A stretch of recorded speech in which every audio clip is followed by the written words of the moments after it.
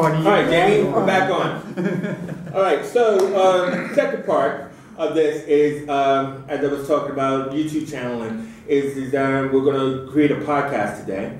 We're going to learn how this equipment works, all right, and everything. But I also want to actually give you the breakdown of podcasting and why, if you are considering creating your own podcast or your own channel, which some of you are, I just want to just go through that, right? So, pretty much, YouTube channels, kids of like 13, 11, they have their own YouTube channels. Yeah. You know, they say it with pride. You know, I got a YouTube channel, I got a YouTube channel. And usually it's something innocent, you know, like gaming or walkthroughs and playthroughs. Yeah. Which it just really is that they put the camera onto the screen, they show a game, and they commentate to it. So they're like sportscasters, in a way, right? And they find that fun. And when they tell their parents, I want a YouTube channel, then the parents thinking, okay, that sounds innocent, you're not on the camera and all that other kind of stuff. But they also want to know. So again, we try to say, hey, here's some opportunity to learn, you know, how to make a YouTube channel and why, and the benefits of making a YouTube channel, and also how. Nice. Yeah. So that little button. So what's going to happen is, Jamie, what I need you to do is pay attention to that, because you'll see like a black rectangle come up and it'll say movie mode automatically. Yeah. You have to press that button again. Okay. All right? Okay. All right? Okay. It only does that like about every 15 minutes. Okay, so finally, we had a lot of paperwork to get through and everything else like that, but welcome back to Living Digital Day 2. Now, the way this is going to work is last week I didn't do enough filming of you guys as far as like your experience, because after you went through such an extensive lecture, you know what today is? We begin with review. How much do you retain from the beautiful dulcet tone voice of your teacher, right? So, what did we go through last week? Anything that was something that you take away with you, Mark? I just think the use and application of podcasts for having a forum discussion, bringing people in, sharing their ideas. Yeah, okay. Looking at things like the benefits of using social media. Right. Now, wait a minute. Now, what's interesting about that coming from you is that you came in not thinking that there was any benefits to social media. Don't let me put any words in your mouth, but is that true? I'm highly skeptical. I had concerns about it, but I can actually see from the end of day one how you can apply it in your own life. I think the sort of forum that Jamie, myself and Margaret Mary took part in, discussing things around all-round well-being and health, you know, mental health and how that's impacted by physical health and well-being. Yep. I could see it in a number of different applications, as I think these guys could too, you know, in terms of working with groups and stuff like that. So yeah, it was beneficial. Cool. Margaret Mary, anything you picked up from last week? Anything? Because I know you came in this week with something that you wanted to focus on, and we'll get to that. But anything from last week that stuck in your mind? I think that you unravelled a little bit of confusion in my head.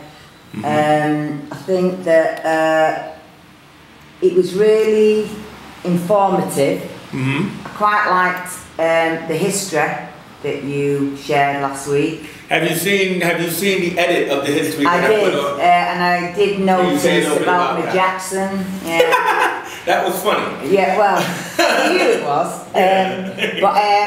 Yeah. Can you just say a little bit about that bit, because like, so we have a private thread, right, on the WhatsApp, and like I put a clip of the lecture from last week where I was able to throw in images, hopefully to make it more understandable. Yeah. So I'm just kind of curious, was it more understandable?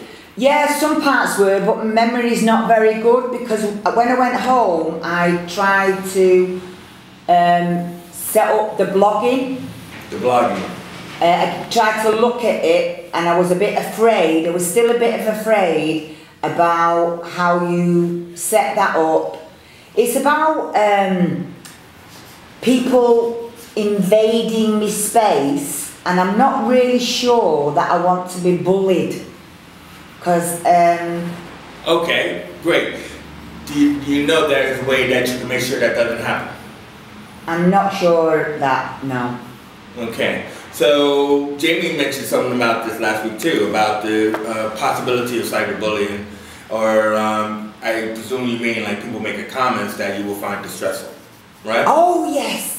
But Yeah. and not only about people not being your friend or something, you know, certain bully tactics. Yeah. So let me just say, in response to that, is that I actually have a new video up on building the channel, which is like, if you go into the community section of the YouTube channel, you can control how comments are received. So what you could do is you could take a box. So it's already, the box is already pre-text saying allow all comments, right? But you could untick that box and you could take a box that says hold for review.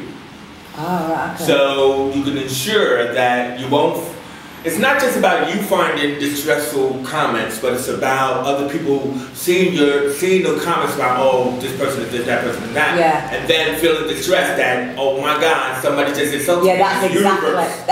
that's exactly what I was quite. So you don't have to worry about that. Okay. So in creating the channels, I will show you how you can control your comments. So that won't happen. But so that video, what I was just trying to point out on the evolution of the computer is that, especially because we're an older group, right? But this course is all ages. Is the fact that it was interesting for me even to do some visual research and to apply pictures. I know you guys probably haven't seen it, but you will. Is to apply pictures to my talks. So if you understand that I'm kind of like a visualist when I communicate. So what I do is that it's not just looking at, oh, this long boring lecture I've already been a part of. I put pictures, I put text, you know, to help make it more understandable or more palatable. You know, and so funny enough, I put a picture of Batman and Robin, you know, because I was talking about the hologram codes and the punch cards and stuff like that. So about how computer language had first began and everything. And so if you remember the old Batman Adam West series where he would just go and pull out a punch card and he goes, look, Robin, the Joker is robbing the museum downtown and stuff. And it's like, I don't see nothing.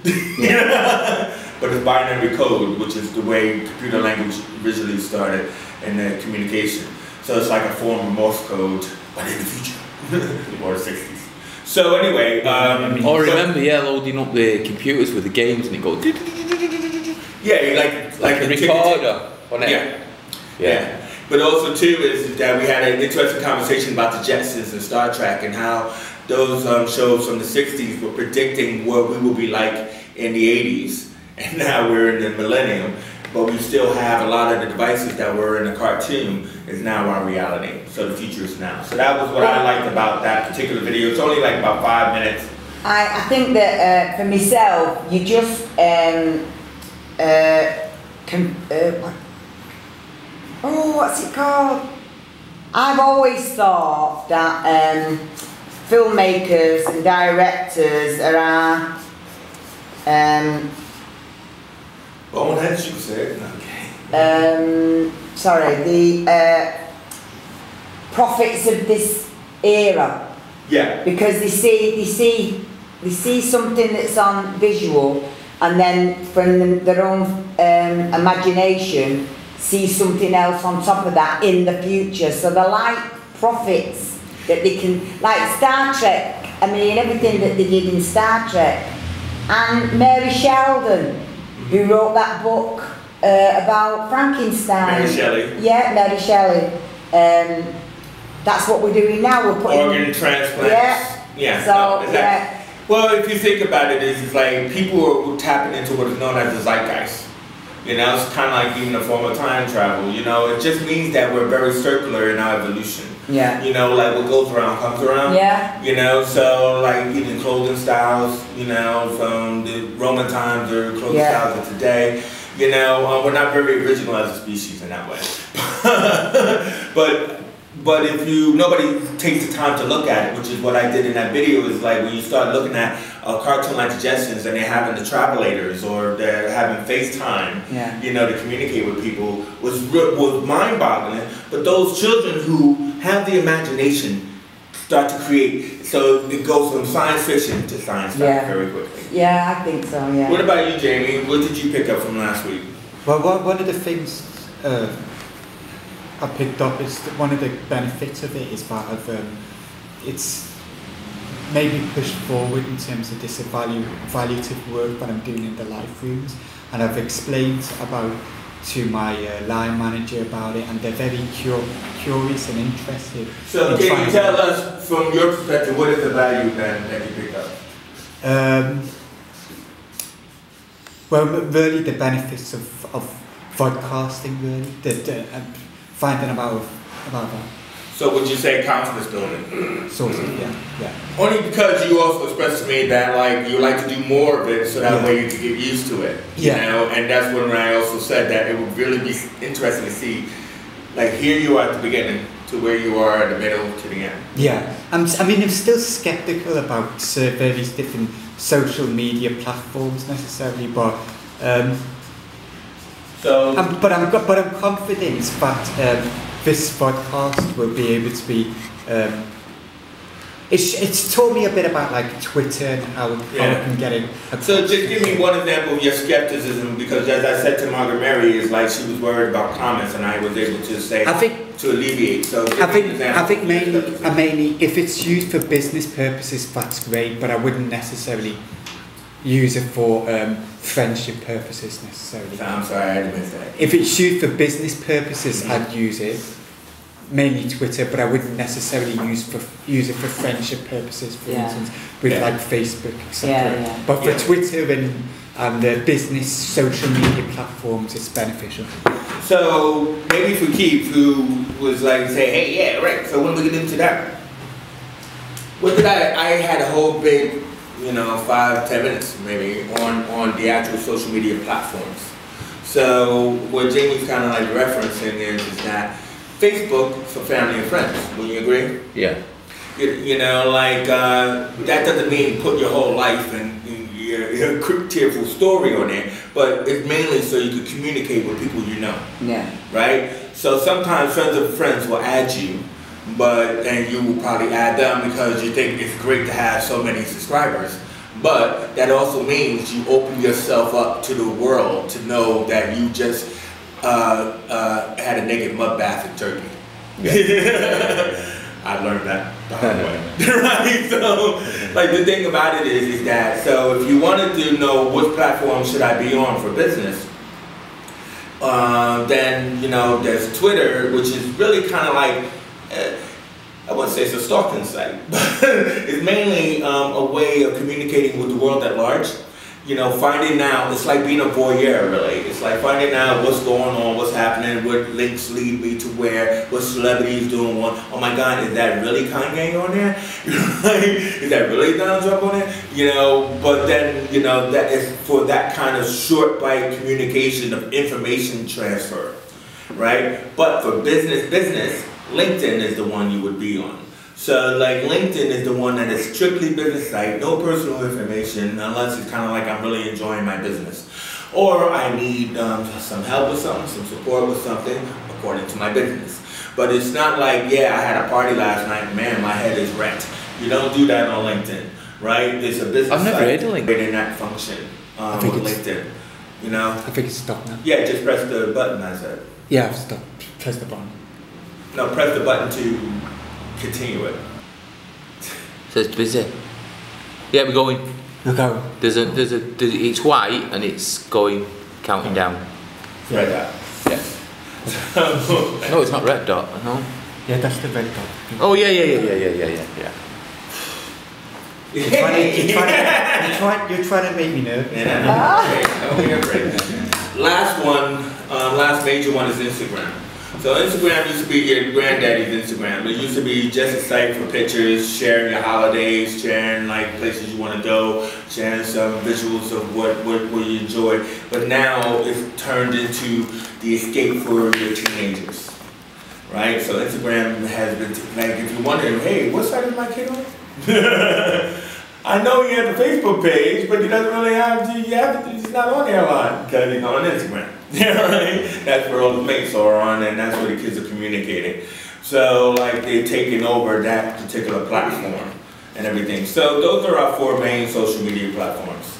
Yeah? Yeah. Kieran, you know, I know you're having trouble with the number and everything, but what did you learn from last week? I learned when we actually sing the film at the end, actually doing the podcast. Yeah, it was not what I expected because it was a lot longer than what I thought it was going to be. I thought it would be like a short clip, but I've actually seen it and how it's done, and I've taken that away with me. Yeah, because I go to the Center podcast to Amanda, but what happened was that, like, we left one of the cars behind, so it's only the cutaway version of your podcast. So the camera's kind of moving and everything like that, so that's why it's not out publicly until hopefully I just downloaded it today, and then I can put your wide shot together.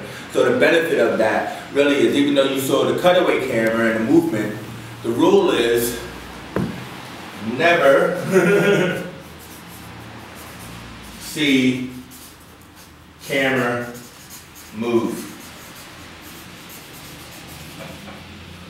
It's important to have at least 2 cameras, which we got. We got one on me and one on you. You said, didn't you, that you have them at different angles as well? Exactly. So one is a wide shot on you guys, right? And one is hopefully a mid shot or whatever on me. So in that fashion, the cutaway would be, it's not just me, right? Or it's not just me and the text and the visuals, but now it's you, where we're no longer just hear your voice, we see you. And everything, and it makes it more relatable as well in the final outcome of it all. But the main thing is that both cameras are static; they're not moving. So you know you have the gorilla cams, the tripod, mini tripod, big tripod, but if with the podcast you have to move that cutaway camera because you have to get your close up, his close up. Yeah. But this is the important thing is confidence is the main key with operating that second camera. Because this camera's not going to move, so it's always going to be on the wide of everyone. But what you have to do is you have to like know, okay, look, I got this frame set for a mid shot of whomever. Wait a couple of lines, and then move on, right? You know, because editing is always like this anyway. Yeah. Get a couple of lines, move on. If you got something serious to say, you might stay on you, right? But at least we still got the wide shot. Yeah. Cut away to someone who's not talking. Why? So see that expression on the face? So we call it? Oh, I can't remember. We call it? Response? Close. Reaction shots. Okay. Why do you want reaction shots? Because it sounds like your whatever's being said is interesting. No. No. Why do you want reaction shots? Because it's natural, is it? Because it's real time. Yes, it has to do with time. Oh. The word I used was it crunches time. Right? So, Margaret Mary knows a lot about, say, recycling. She's going on about, yeah, you know, I was at this thing, you know, and then these kids came up to me and they called me, hey, you're the recycle lady, you know, all that kind of stuff. And yeah, well, it's a great experience for Margaret Mary. But if we're talking about recycling, right, we might want like some key elements of what she says, right, and then cut away to it. So what we want is after she finished talking, we definitely want, say, Mark or Jamie to respond to it. That must have been a really interesting, great day. You must have felt really good about that. So then we crunched time by cutting to a reaction shot of one of these two guys, right? Margaret Mary is still telling the story. We still have the long version of the story, right, in our cache. But for editing purposes, we only want the meat, not the sauce. Only want the meat, not the sauce. So then we cut away, and then we go to, so let's say, for example, and another reason why we do it. So Jamie, you know, is working on his confidence, and he's really gung-ho about what he wants to do. So in that podcast that we have, you know, Mark asked him a question, and then Jamie, you know, is looking for what he has to say. Yeah? But then what happens is that while he's looking, clock ticks. right? And then so we just on one shot of Jamie like, you know, thinking about what he has to say. Then what happens is then Mark goes, well then, and then Jamie finds what he says, right? And everything. And then he says what he needs to say. Now, in the edit, we don't want to do that. Out. Exactly. We don't want to embarrass Jamie at all. Yeah. Right?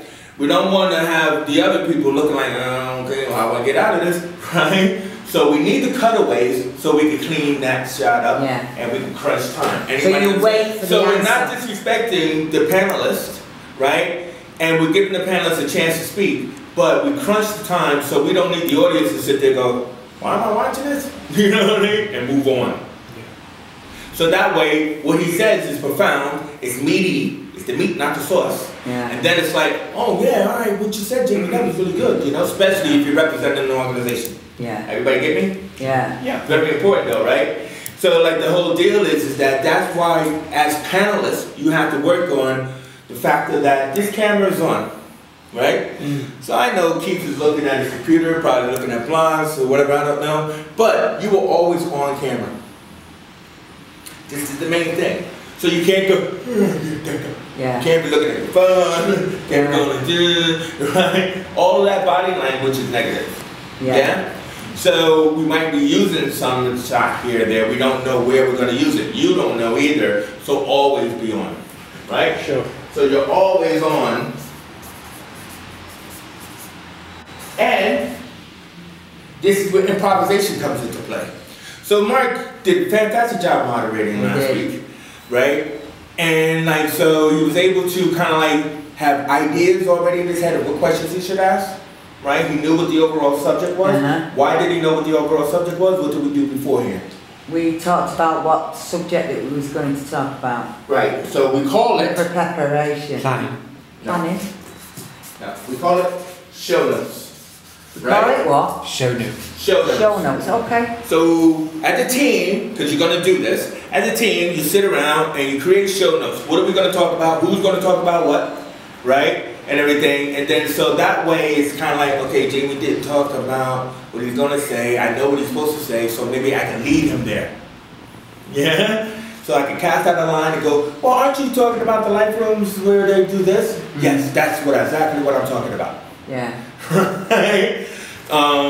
So you help one another, you improvise, you work together as a team because the show is shot as if live, right? What do they have to do? They have to improvise, right? So they have to be able to keep things going. Show notes gives you a beginning, middle, and end of what your topic is, and that's why we could go longer. An average show should be about 15 minutes. I think we went like 10, right?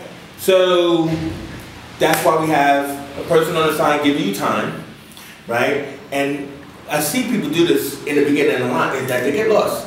It's like, look, we've got 3 topics, right? Don't spend all 5 minutes on one topic, you know what I mean? But then also move along. Now, when people get nervous, right? I don't, why did I say you had to be passionate about your topics? Why do you think I said that? Because you'll have knowledge about it. You have knowledge about it, you're comfortable with it, right? But also you have time to play with it. This is supposed to be fun. It's not, it has to be ultra serious. So you have, you know, because once you're playing, then you can create characters. And that's what we haven't done last week, and that's what we can do, very excited about it, right? Is the fact that you want to create characters of yourself. Now, you might say, well, what does that mean, Chief? Well, actually, what that means is, anybody know what an avatar is? Keith? I've watched the film. Please don't tell me it's a movie, I knew you were going to say it. Karen, what's an avatar? No. Did you not mention that last week? I did. I did. Because I thought it was the film last week. Okay. It's like an alter ego, isn't it? That people use a different identity online. Well, it could be, but it's the highest representation of yourself. It's your profile pic. That's what they call your profile pic, is your avatar. Oh, right. Ah, right, okay. Right? Yeah. That's another word for it. But So if you have a that whole photograph of ascension yourself, that's your avatar. yeah, your profile pic. Picture. So your profile picture. Right. Right? So when it comes up, that's your avatar. Right? Yeah. That's your profile picture. What I said was, especially in way of confidence building, and no slight against me, please, but women tend to not use their personal pictures as avatars, right? So they tend to use what? Anybody? Dogs, cats. Dogs, cats. My garden. Where's this on? Which Facebook. Which platform? Facebook, right? Okay. Facebook. The face platform.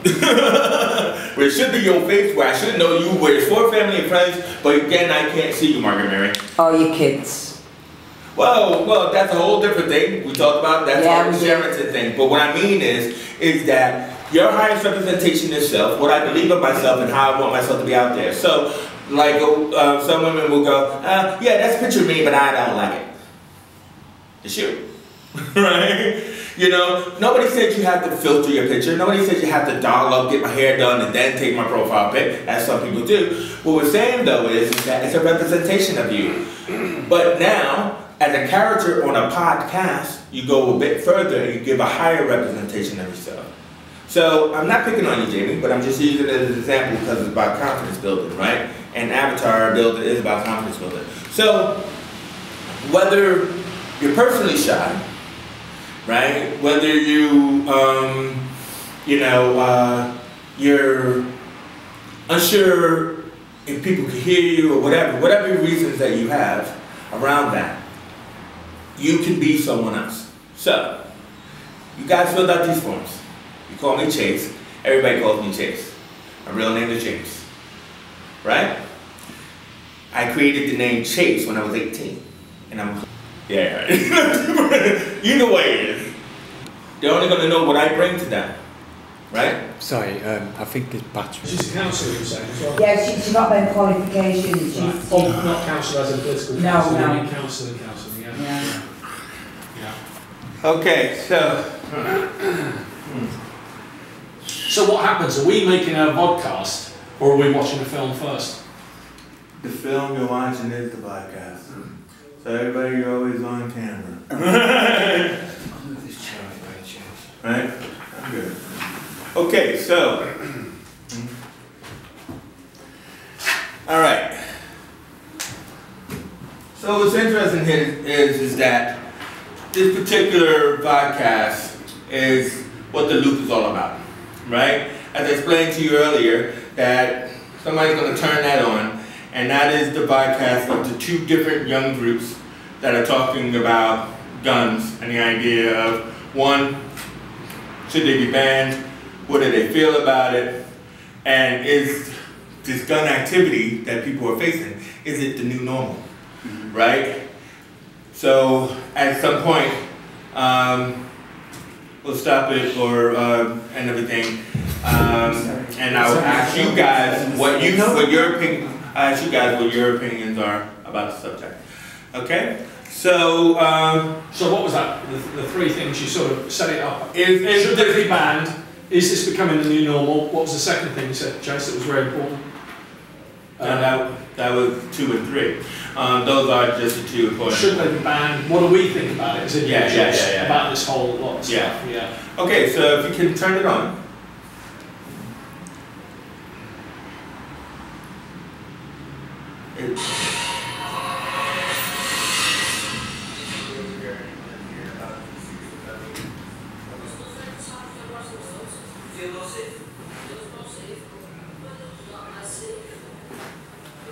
And we don't have speakers, so it might be a little hard to hear.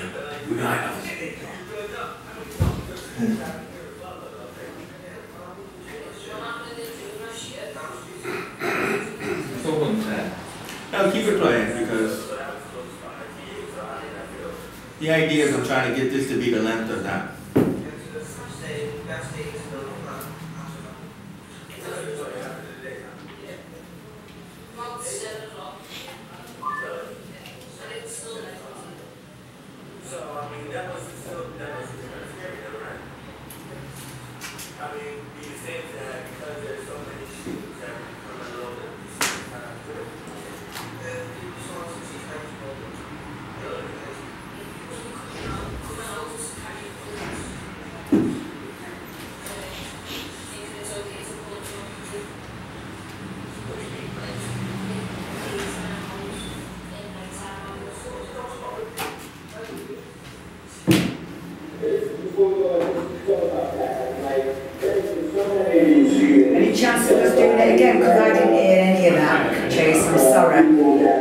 get back to the beginning there, Keith. If you don't mind, I'm sorry.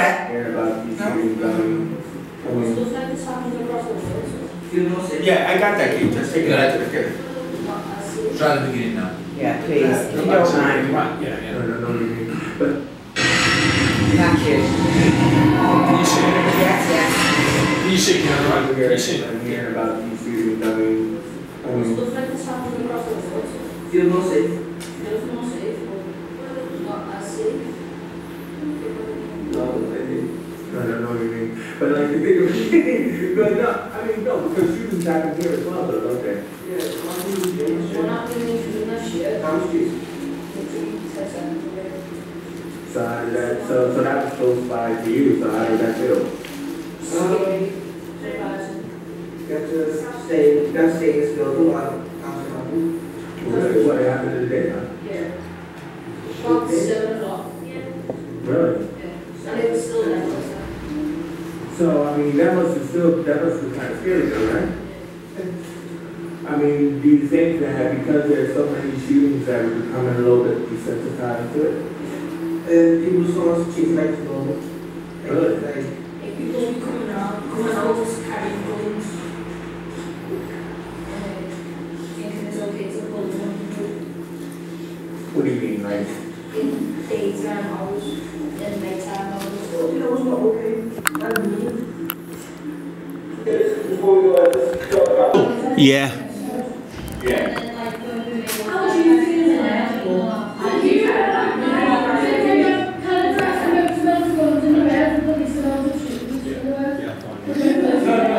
But I mean, James Bolton had a thing here tonight, and I mean, whatever you think about him, but he did a powerful monologue about all this, especially about how that shooting happened in England. You know, one shooting. Anybody see that? James Corden? See what? James Corden, when he was talking about banning guns. Yeah. Anybody see that? James Corden? No. James Corden. No, I English didn't. guy, but he has an American show. Right, yeah, And yeah. he was talking about banning guns because Britain did it, China does it, Australia. if a student becomes Two pauses now. more aggressive in class, No, you can talk over it. That's what I'm trying to say. Just like they're doing. It's like you're reacting to various different things that they said. Yeah. Disabilities like ADHD, something like that. It's like you're going to put together a government and they can issue I did this last time anyway. so it's a good one. I'm going to teach you that next time. I know it's not easy for a kid who was expelled to put into school, and it's easy for a kid to get angry at a teacher. And take it up to where the teacher has it, yeah. It should be normalised in a school. Like I remember watching the Kardashians. I don't care about what you think about the Kardashians, but it was after the attack in France, you know, where Kim got held at gunpoint. And the two of the other sisters wanted to have a gun in the house to protect themselves. And Kim went off on them and she was like, well, I don't want my kids to think that having a gun should be normalised and everyone should have a gun. So it brings us back to again about the topic of the new normal and stuff. Then you can pause it. Yeah, no, I mean, now what's important about because as I just said, this is what the loop is all about there. You know, like so. I'm glad. Thank you very much, Keith, for pulling out the sound box and everything, so that way we all can hear it and everything. Because I guess I was just thinking about the edit that I would be able to hear it when I put the edit on. But it was good that you guys were able to hear that. So, what are your initial reactions to it?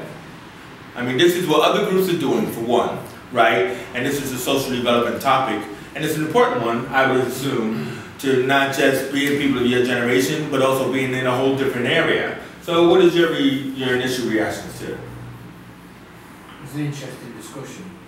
Mm-hmm. Myself, what struck me about it is the fact that you were able, it was like a film within a film within a film, and I really liked that image that I didn't realise what was going on at first, and then when you pulled back and stood in front of it, I thought, yeah, that's pretty cool, that. Because you saw the reactions of the kids going like that in silence while you was focusing on the original one. Yeah, I quite like that. But topic-wise, what you think about, is it a subject that people of all ages should be discussing? Yes. Yeah, it's very. I don't think so. You don't think they should be discussing it? No, I think I'm too young to be. Interesting. Why do you think they're too young to be discussing guns? And Because it's violence. It is. People are dying. But isn't it true? It's true, but at that age you shouldn't be exposed to that kind of thing. You are definitely right. But what did those first kids say? Well, Yeah. didn't it highlight the fact that there's been a shooting in Toxteth? In their area. In their area. So those kids are in a youth club, right? That they had this class in. And when the shooting happened in their own area, because what did the younger brothers say? They were brothers. The younger brothers said, when I asked them, what? They said it's No, yeah, they did. But what I meant was, what first he said was, because we were talking about the Florida shooting, doesn't matter to me, it's all the way over there. Yeah. Then that's when I said, didn't one happen here? Oh yeah, that's right. And then they said, actually, we had to be sheltered within this youth club on that day. That's the day, it was in the daytime. So it wasn't like some dark street at night where they should be at home anyway. These kids are in a youth club. A shooting goes on in their area. Thankfully, the youth club is there to protect them, right? But they should be talking about this though, Kieran, because the point is, the more you put your head in the sand, the more you try to hide from it, it's not going to make it go away. Same thing about this course around social media. This course happens in schools now because the teachers realize that, look, we always tell kids you can't go on YouTube, you can't get away from social media, it's like it's the dark web, boom. And I'm like, the more you hide and keep it away from kids, the more they will find it. Yes, of course they will. And I think the other thing is the great danger of young people being drawn into gangs, particularly young men. Yeah. And that's a big issue in like a lot of places, particularly big cities like Liverpool and Manchester. My only slight problem with it is that I found the sound quality, maybe that can be tweaked. I can't hear very well, and I didn't pick up. It's coming through a stereo device. I thought it was a bit of a shame also that the boys, the Coca boys, is that their surname? Yeah. They are like in the picture, but they're frozen out of the debate. Because was there a debate between the two? No, there groups? wasn't. They made their podcast. Okay, fine. And then I showed their podcast to the girls at Archbishop Branch. And then the other problem for me was that one of the girls started to make a quite cogent point, and she seemed to get shut down by the teacher, who's out of shot, and you can't see. And for a young person's group, again, I think this is something, having been a teacher myself, I think teachers want to just jump in, and they sometimes smother the ingenuity, the creativity of young people. So I think the teacher should have learned to like zip it. And a great shame is, you really do moderate it wonderfully well, give some good things, but we can't see you. We can see your torso, but we can't see your head. Yeah. And I think that's really important to see you. No, so I totally hear you. Let me just, in defense of that teacher, is this like, this is a whole new idea for teachers. Especially at this school. And she was totally enamored, as I was, and this is like their fourth class. And that's where their confidence comes from. Right, but then also too is she wants to jump in all the time because she's really engaged. So yeah, she did jump in, but at least she was saying something as opposed to adhering something, which is what teachers tend to do. A teacher shouldn't be engaging in that sort of thing. When it comes to like politics, a teacher shouldn't turn around and say, I think you should vote Labour, etc. It should be down to the individual to make their own decision based on their own information and to find out. Yeah, but what she wasn't telling anybody. But she led the debate, didn't she? She led the debate, well, she jumped in the debate. But she did mention something about. But I think it's wrong about teachers having gone. Shouldn't. So she shouldn't have an opinion about that. You got to remember, this happened the day after Trump went online, right, and said that an erroneous main comment about that. You know what I'm thinking, guys? And he was really working it out in his head. I think we should give teachers guns. Matter of fact, I think we should get them trained, and we should have trained professionals go in with guns and turn them into teachers. What do you guys think? And it was like dead silence. Yeah. Wait a minute, what's wrong with that? What's wrong with that? Yeah, what's wrong with that? What's wrong with wait. Oh, now we're in the debate. What's wrong with what? Teachers having guns? What's wrong with teachers defending themselves? Oh my God. Okay. Wait. I had to wait. Let me pull up the chair.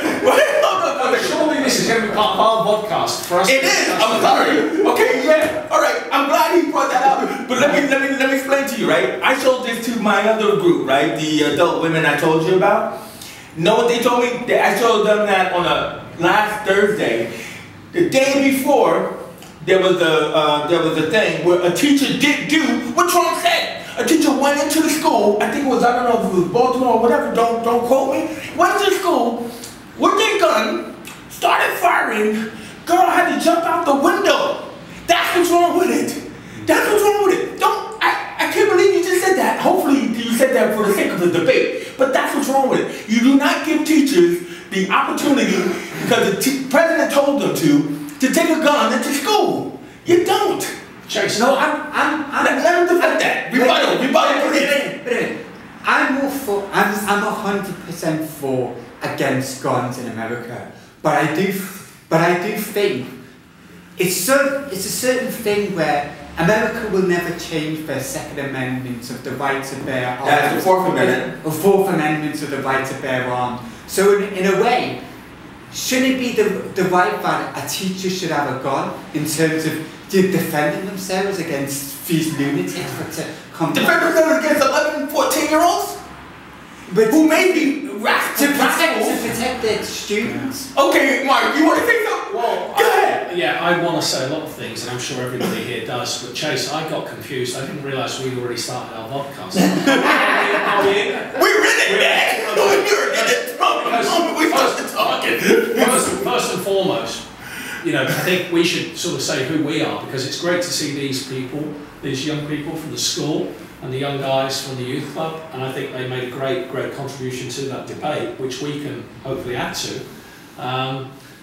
But yeah, I mean, it's a massive issue, and you know, we touched on. But what's your opinion on it, though, man? Because I mean, nobody got the chance because we're a community. So, what is your opinion? Well, my opinion is, because I think Jamie brought up a great thing, and guess what, Jamie? You did it so confidently. Trust me, I love you, right? Yeah. I disagree, but I love you. Okay. Boom. Yeah. What is your opinion? I think your opinion, Chase, is exactly the same as mine. It just, you know, unfortunately, these whole range of shootings that we've seen, ranging from the Vegas shooting in the stadium last year, you know, Columbine, it is becoming a weekly occurrence in America. You know, we only seem to hear about the high-profile ones where there are great numbers of people losing life, and it does surely point out the madness of guns in America, and the madness of these people in the National Rifle Association coming out and saying things such as just to protect your organization, such that you then get, you know, the head of your government, the President of the United States, coming out with this crazy suggestion: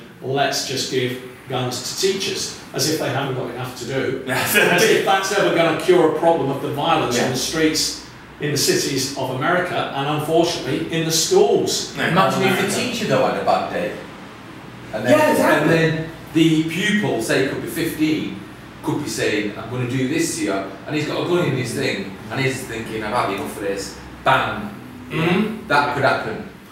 But unfortunately, I think it does actually, you know, in lots of ways, like the young man the Coker brothers said, and I think they spoke really well, it isn't anything to do with me. I do think that the way that this is handled by the media, and I don't know if folks agree with this and want to come in on this point, but I think we're all getting conditioned and normalised to the violence and mayhem. And, you know, arguably the American film industry has got something to do with this. Yeah, I know. We love our action movies, don't we? So we love the action movies, the Rambos, the whatever. America, you know, wins the day. No, America's the Grand Theft Auto. To me, America's the big fault of all this. Is because the fact that America has the right for young kids. So you are, think about yourself as Margaret Mary's camera, right, Keith? Yeah. Think of yourself as Margaret Mary's camera. Yeah. Yeah. So going closer.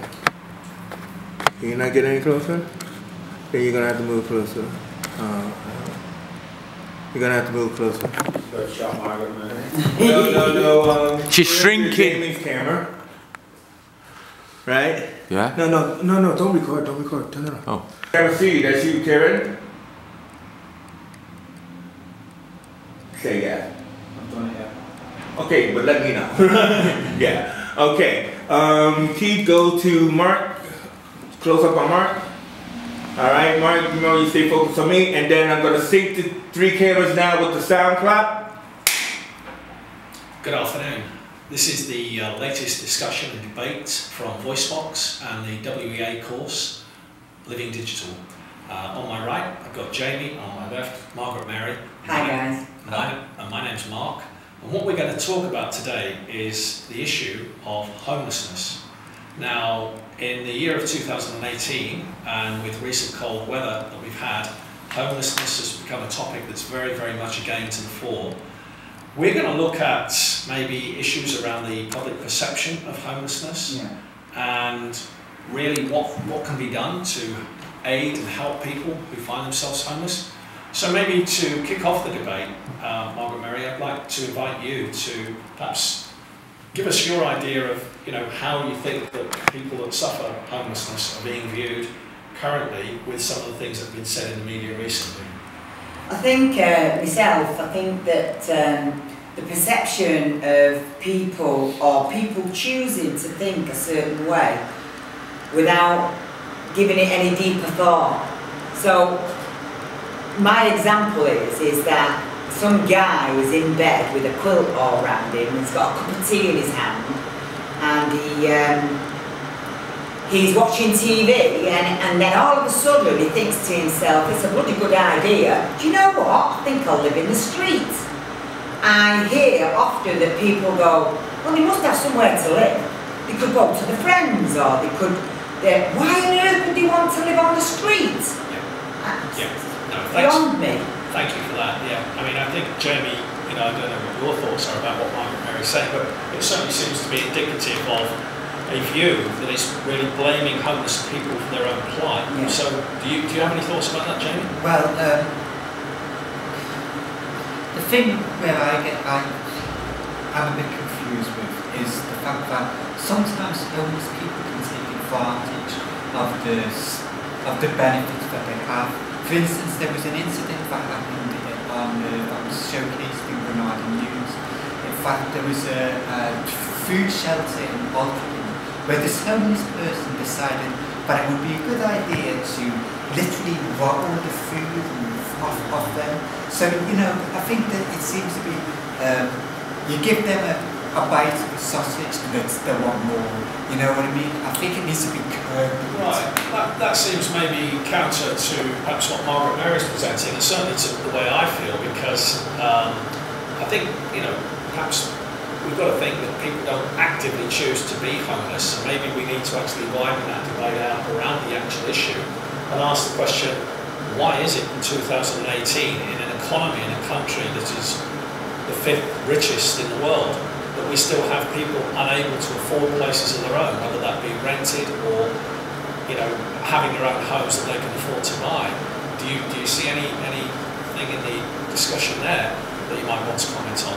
Well, isn't there a policy now that the government's all for sharing their homes or something? Can't they necessarily stay with their family and they got friends, etc.?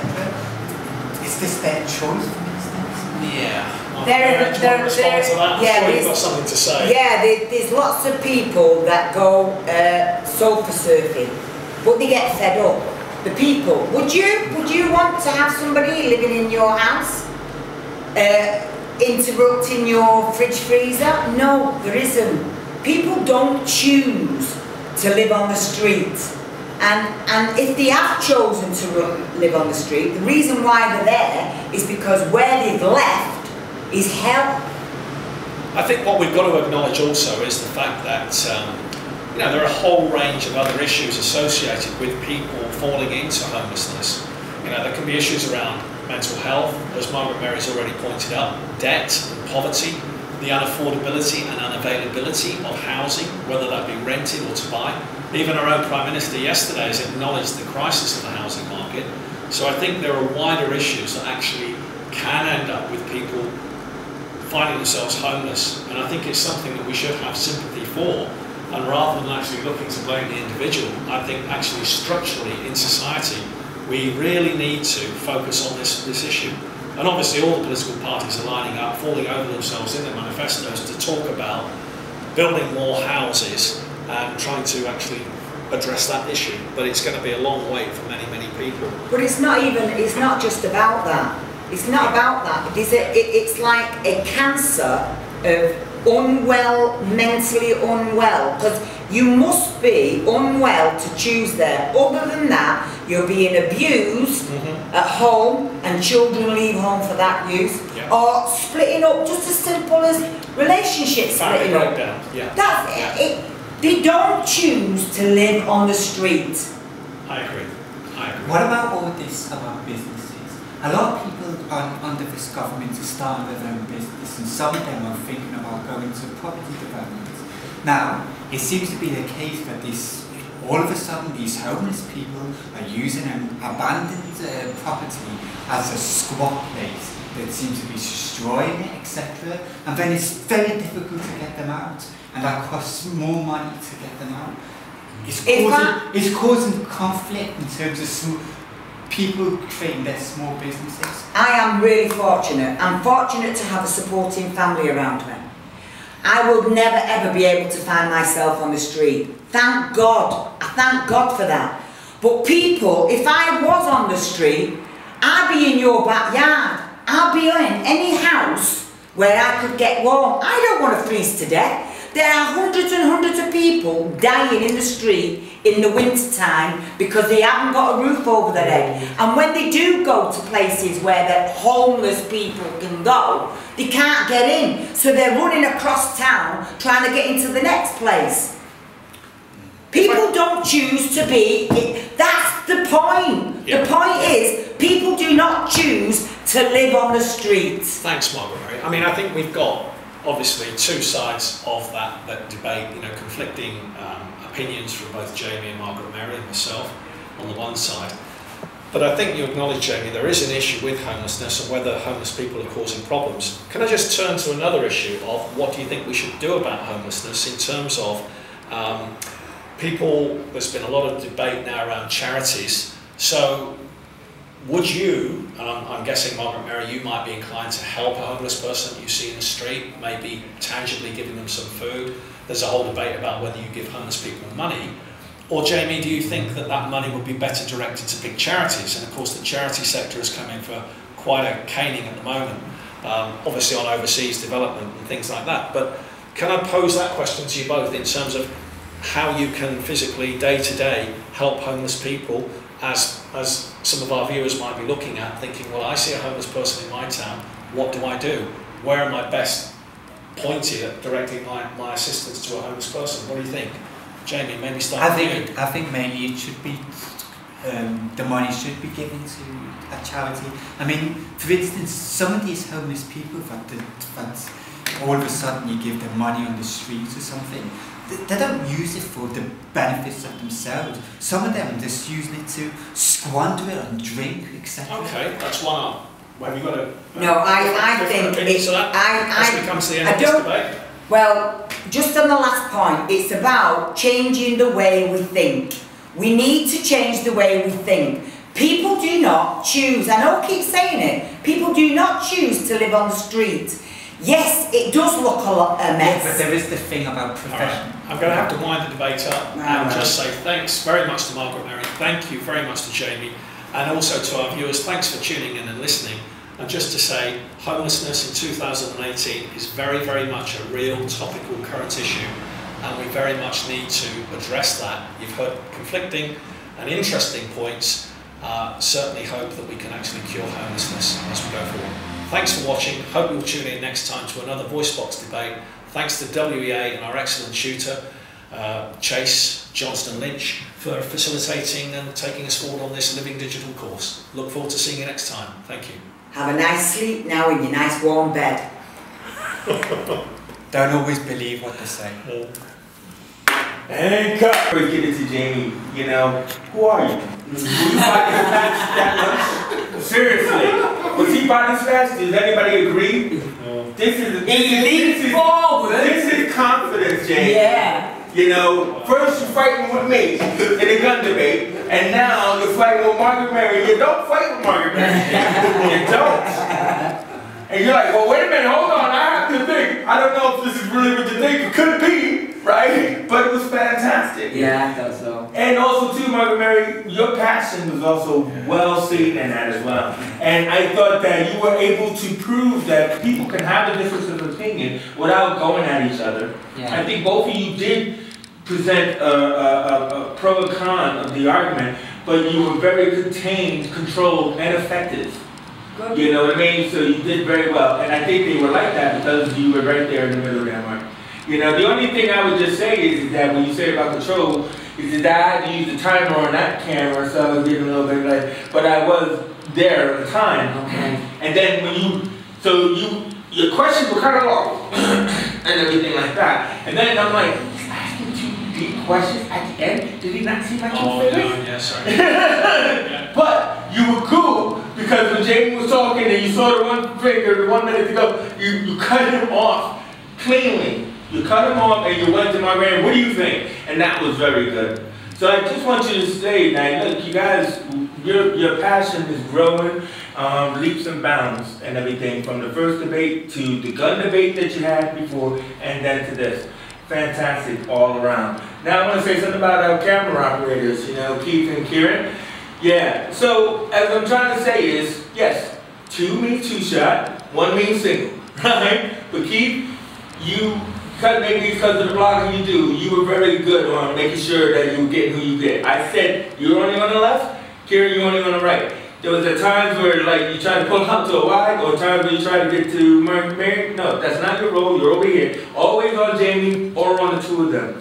When Mark's talking, go to him, man. Give him that single, because unfortunately you got to do both Margaret Mary and Mark, you know, because that's just the wide. So, but you were able to understand my, you know, fingers like no, I didn't understand that.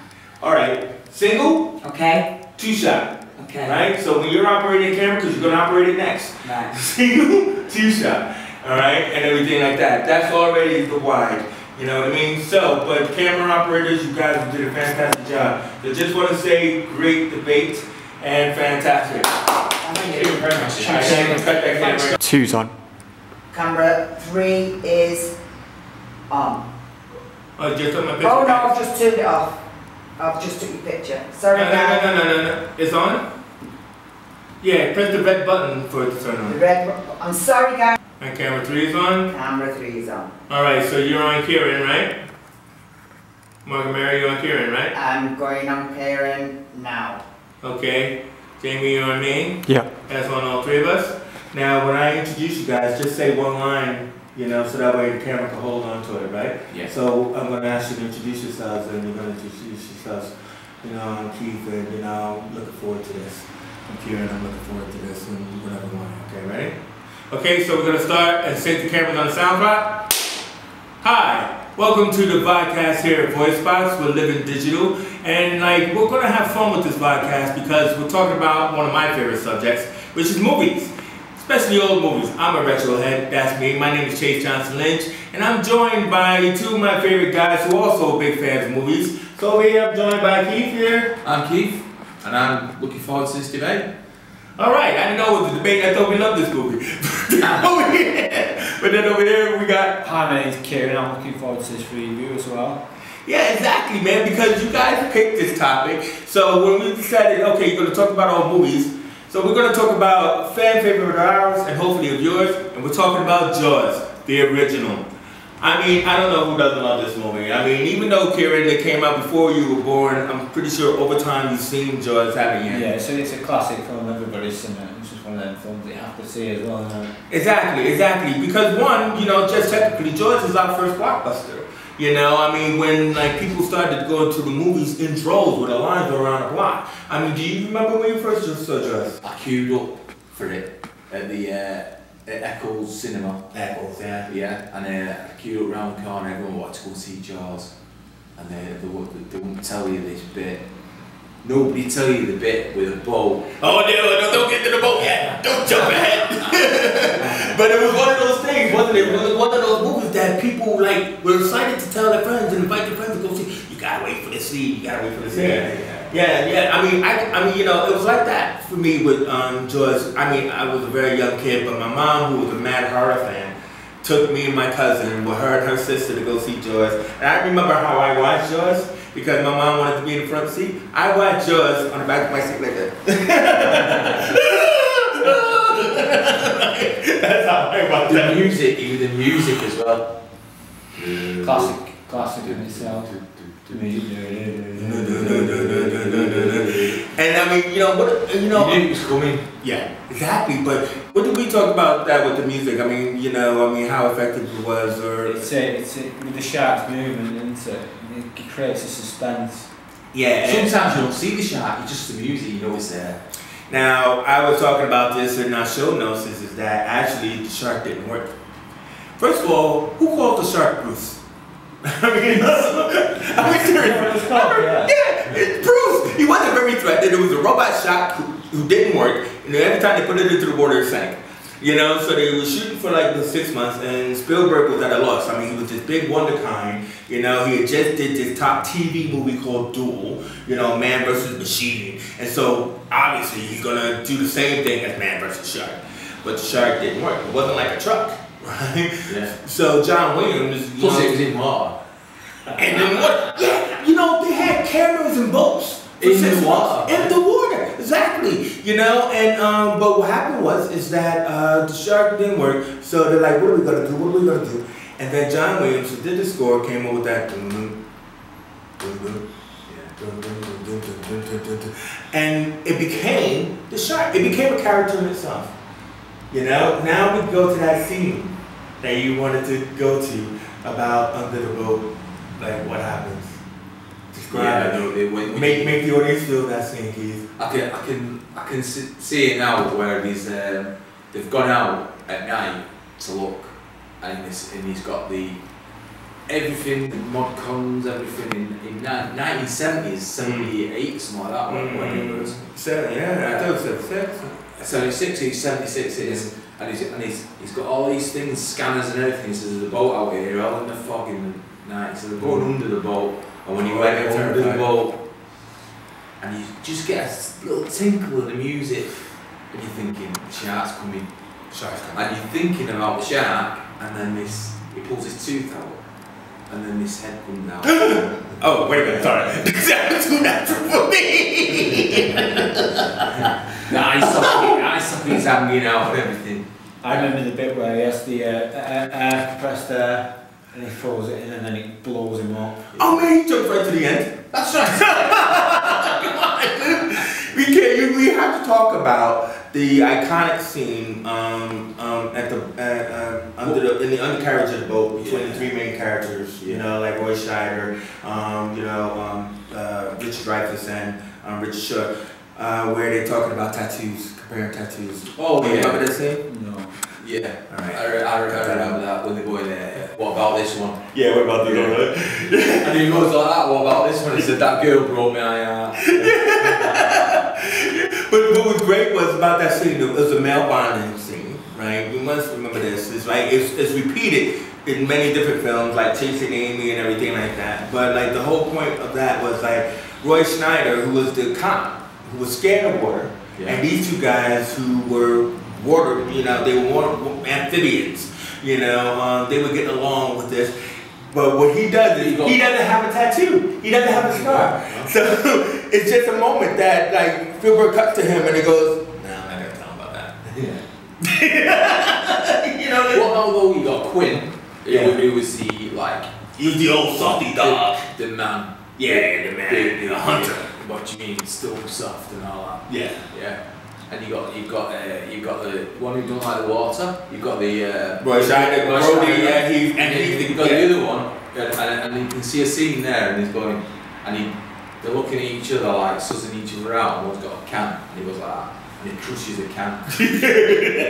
And you got the one who's been in college, who's got all the backgrounds, and he's got a plastic cup, and he goes, drinks his, and he goes with a plastic cup. So. Let's go to like favorite scenes because, like, you know, we talked about the shark didn't work, but there was one moment when the shark first appeared, when Roy Schneider is putting the chum in the water, putting the blood in the water. Yeah, and he's arguing, and they're bored. They're out there, and he goes, "Yeah, come down here and chomp on this shit," you know, right? And then the shark comes, you know what I mean? Yeah. Do you remember that scene? No. I do. When he comes up and he steps back, and the film goes like that. The campsite goes back on him, man. Yeah, because he backs up, and then everybody else slowly realizes that he must have seen something and everything, and that's when the movie takes off, the whole big chase. I think we need a bigger boat. I think we need a big boat. You know, see, now he remembers, I think we need a big boat. That shark's big, right? And everything. So, I mean, classic movie, you know, I mean, great popcorn film and stuff like that. But what I want to say, you know, what you brought up about the ending sequence, right? Considering it's a film that's from the 70s, the ending, when the shark does actually get destroyed, it's very well done, isn't it? It looks really realistic. Yeah. You know, ahead of its time. But, well, actually, that's what I want to say is that as a filmmaker, Spielberg got to shoot that shot before. In his first film, Duel. Yeah. So in Duel, which was Man vs. Machine, with Dennis Weaver, you know, like named David Mann. Duel. Yeah. And like, so when he, you know, finally, you know, he fakes out the trucker, and the truck goes off the cliff, right? And it's like, and the soundscape of this was amazing. So it's all the smoke and crunchy machine gun. It felt like a beast dying. Yeah. Right? But he repeated, and he said this, you know, like if you get the DVD and the commentary, he repeated the same sequence for when he blew up the shark. So when he blew up the shark, then the shark is sinking in the water again with the big smoke and it's making the same sound. He used the same soundscape. So it was really well done, exactly, but it was him being able to repeat himself, create a masterpiece, the first blockbuster, and you know, it's still one of the top films of today, despite when it was made. Is it out in Blu-ray? Yeah. Bright out quality? Yeah. And there's so many different, you know, commentaries, if you like that, you know, which I do, which is why I know a lot of behind the scenes stuff. And it's just a fantastic film. It's one of those that are like in my top 10. It's the other thing is it's got a lot of sequels as well, but no one knows because it's the first one, aren't they? Well, I will say that Jaws 2, I love Jaws 2. Yeah. You know, but 3, 4, 5, and 20, I don't think of. You know, 3D, no. But Jaws 2 was when they put a bunch of kids out on the water, and Brody had to go back into the water to save because his sons are out there. Yeah. So he had 2 sons of different ages, you know, big brother, little brother, and the little brother convinced the big brother to take him out there. And so when the shark attacks, then they all like got these like, you know, little skimmer boats. You've seen this movie so many times, right? As a kid, say. Have you ever been swimming in Florida? No. You haven't? No. Why?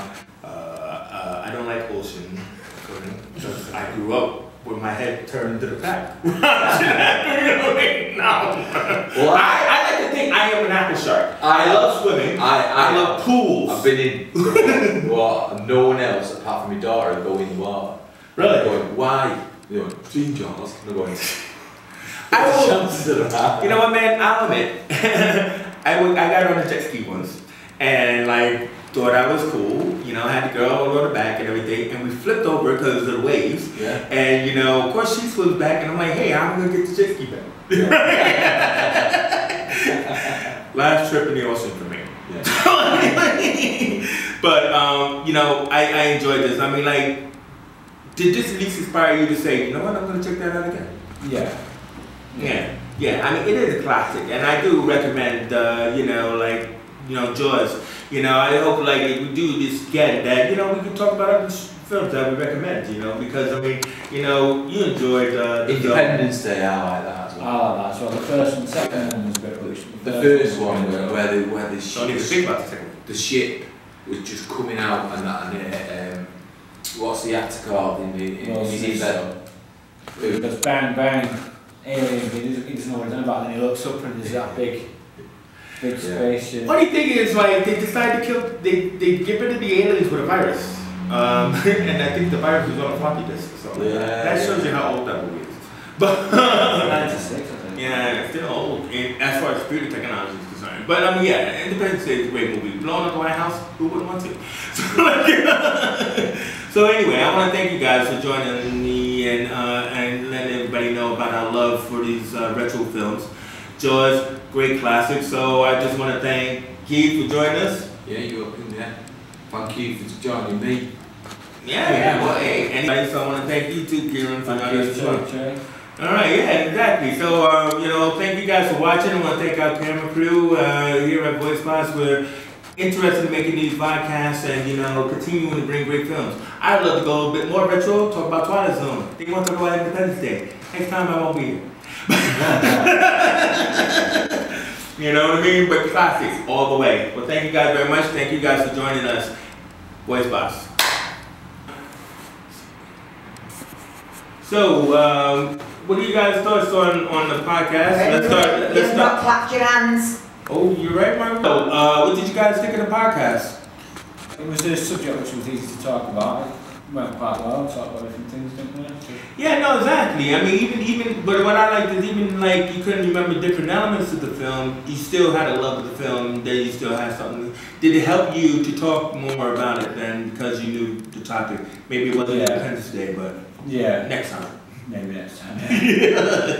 What about you, Keith? What do you think? I like I like doing stuff like that and talking about, like, I love that film, Jaws, favourite film, asking the kids, we've got all Jaws, like, yeah, you know, if it's on the telly. But it's just like, I like films that shock you. Do you remember your first shock of it? And that was one of them. And it also had a lasting effect on you, to the point where you could remember going to the theater to watch it. Yeah. You know what I mean? And that's what I also think too, is, I mean, like, hopefully, like, if you do this on your own and all that, is the fact that when you talk about something, you have to make sure, like, even though we kind of jumped around, right, I try to keep us focused, you have to make sure that you're going from the top to the bottom. So from beginning to end, you know, you're picking out points and moments that you could engage each other with, or that you could talk about because of something that you remember. But also too is you also want to have, like, more information about it. Like, so when I was talking about, like, the shark not working, or, you know, the different elements, you know, because the audience, they've seen the movie too, but they want to hear something new. You know what I mean? They want to feel like, I'm going to watch your podcast because you're going to actually go in depth on the film. You know, you're not just going to say, I like the film. Yeah. Now let's talk about Yeah. So I was trying to show you, like, if you bring in those various elements, whether it's about the acting or about the production or anything like that. Not working. Yeah, that's what I mean about the production. You want to just be able to have some elements that, why do I watch your podcast and not somebody else's? Yeah. But then also too is that, you know, I was trying to engage with humor as well. So that way it's like, it's infectious. So let's ask our camera audience, what did you guys think about the podcast? I thought it was pretty good. I love Jaws. I always enjoyed it, and I could still watch it again. Yeah, cool. Did you felt, like I said, did you learn anything new that you didn't know about it? I was too busy concentrating, to be honest, because I've not done this before. So forgive me, I didn't really listen to the conversation. Thanks. What about you, Jamie? Was that the thing? I thought it was very good, the podcast, but the fact is, I feel that Keith contributed a lot to it, while Kieran was a bit quite quiet in terms of his views and points across. So maybe I don't know whether Jaws was the appropriate film to talk about necessarily. It should have been something that would be all three of us to talk that about. all three of us were passionate about. Or you can pick, like, a film each, couldn't you? Yeah, no, exactly. You do like film each. I mean, like, the deal is the fact that that's where, hopefully, with the 3 cameras, we were able to, like I said before about you, we wouldn't want to, like, embarrass Kieran by, like hopefully you would have had, like, say, shots of Keith, shots of the 2 of us, right? And that we could grab from, so that way we don't have to have just the main shot if Kieran looks like he's not got anything to contribute. But no, I think that he wasn't confident, or he didn't know much about the film.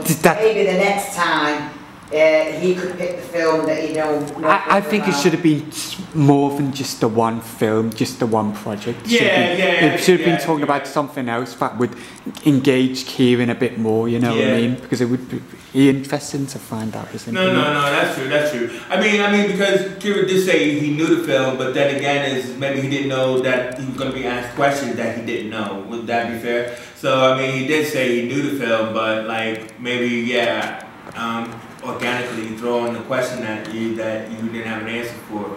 I can understand how that could, look, but get around it and everything else like that. But either way, it's like, well done, guys. I mean, I'm learning excited to see about the camera operations as well. I mean, would you want to say, did you feel that you got your singles and doubles there? Yes, I did. Yes, I feel that this camera was perfect for that. Yeah. Then you guys are perfect. Thanks, God. All right, cut. Got it? Got it. So, as I was saying shy, introverted, going off to school, not liking how things were when I was a teenager or a kid. It's my time to change. Yeah? So, I became Chase. Chase became a dream, became an action, became a movement, right? And everything. So, when I went to a different place, they didn't know me. Because what we do as people is we take our past wherever we go. Yeah. You didn't even know this was going to be a bit of psychology, but it's avatar building, okay? Yeah. We take our past wherever we go. We dump our shit in front of other people. Don't have to. They didn't ask for it, right? And until you establish a relationship with someone, that's when you do that. But you're on the net. You're podcasting. Right? They don't know you, and they don't have to know everything that you know about yourself. Okay. So you create who you are. So Chase is on this podcast, right? Chase is not introverted like James. He's confident like Chase. He's funny. He's bold. He's big. Yeah. So in that fashion, what did the audience see? Someone who's confident, bold, funny. They don't see all the issues that I have that I brought in before I came onto that podcast. They don't need to, because the podcast is something I'm passionate about. So my podcast is about movies or TV or comic books. I can talk to them blue in the face about that. You know what I mean? And I'm like, and I have all kind of opinions. But if you notice my podcast, they're infectious. Because I come in with that loads of energy. That energy, probably personally, I don't personally have. Right? In my personal life. So, wherever you are that you brought in here, leave it outside. When you come in to do a podcast, this is your opportunity to shine. Because nobody knows you but the person that you put in front of them as you sit at that table. Right? So, Jamie, who is unconfident, right? But who we know believes a lot in the topic that he's talking about, to come in as Hunter, right? That's his name. Is Hunter shy? Hunter? No. I want to hear you say it. No. Right? Does Hunter know about the life rooms? Yes. Does Hunter passionate about the life rooms? Yes. So that's all Hunter needs to present when he talks about it, right? Nobody needs to know what's going on personally for Hunter, yeah? So that doesn't mean that Hunter has to be the jokester of the team, yeah? But you start to think about what personality that you're going to portray. Yeah. Yeah? So then we got Margaret Mary, yeah? So it's kind of like the whole point about it is, what character do you bring to the table? Energy. Energy? Yeah. I bring myself, to be honest. Yeah? Well, guess what you did to us earlier today? And I'll say it on camera. Margaret Mary said, hey, I got a problem with these, like, I don't know, what did you call them? Paper grass? Plastic cotton. Plastic. Now, the point is, all of a sudden Margaret Mary just drops the bomb about her plastic cotton bra and everybody starts cracking up, plus the audience. Is the police coming after you because you did that? No. Yeah? Somebody gonna hunt you down for saying, oh man, I'm really tired of these. No, but a woman might say, yeah, I'm tired of those too. I'm glad somebody said it. You know what I mean? That's the point. We don't know. When the audience is vast, we don't know what our own personal attributes can be relatable to someone else. They're going through the same things. Yeah. That's who they want to see when they're looking at podcasts. They want to see them. They want to see their personality. They want to see your authenticity. They want to feel you. Honestly, without going into why, but dropping a bomb like that is funny. What's your personality, Mark? What trait, your avatar, do you think you could throw in there? Well, I think with the example we used last week and what you said about Margaret, Mary and Jamie, and how we put together that discussion, I think what I want to do is put across a very supportive, empathetic, understanding kind of dialogue where you create a space for people to feel, hey, you know what, there are other people, just like you're saying about the example that Margaret Mary's given, but maybe, you know, with Jamie's project, you know, the life rooms, people may have a whole range of issues that they do want to bring, but maybe don't know how to actually verbalise that. And yet by seeing something like this, giving people that safe space, if you like, that confidence to be able to engage. And I think it's my reflection, you know, taking on board what you say about maybe always being on, recognising what you want to project without bringing your whole baggage and issues. Yeah. But it's just, I guess I was going to ask you a question about how do you maintain that consistency of your avatar? And I guess I want to do that. So I want to try and relate, hopefully, a little bit of what I feel I'd like to be, which is an interested person, interested in other people. And I think going back to what Jamie had said earlier on, maybe not seeing it so much for the friendship, but maybe the actual wider advantages of using this as a forum for positivity and to maybe help people, you know, come out themselves. That was excellent. Now, I mean, take no insult from this, but you know, you got that kind of like Mr. Rogers vibe. You know, that kind of good-natured dad, you know, Frederick Murray and My Three Sons. Yeah? You know, because you're nurturing, you know, it's not like you're controlling, but you're trying to be helpful, you know, it's like the 50s dad. Right. You know, if you ever watch Ozzie and Harriet or any of those kind of like old programs, you know, so you come across that way. You're saying I'm old-fashioned. You're saying I'm old-fashioned. I'm joking. But you come across that way. I mean, I would love your advice, you know, I would love your support. That's how you were supportive. Just as Margaret Mary is nurturing. You guys are kind of like a family dynamic. Dad, mom, and son, right? But in that fashion, though, is that you take the higher forms of that, you know, and create characters around that. And then it feels like a nice, safe little podcast. Where it's like, you know, I mean, I'm going to get nurturing, I'm going to get support, I'm going to get confidence, and, you know, someone who is like really like leading. Because what you didn't do, which is great, is that you didn't take over. You're not like that, take over that. You're like, Jamie, what do you think? Mary, what do you think? You know, and then finally somebody got to ask you what you think. But the point is that that's why you were great as the moderator. Yeah. Right? Anybody understand what we're talking about here? Yeah. So even though like you know, something for you guys to think about, what characters can I be, you know, that is normal for me? Because this is very important. You can't be wild and crazy one week and then bold as earth next week. Down the track. You have to be consistent. Well, no, that's what I like about what Mark said. He said, how do you maintain consistency with that avatar? So what I'm trying to say is don't pretend. Just be yourself. Be the highest representation of yourself. All you're doing is your opinions are your opinions.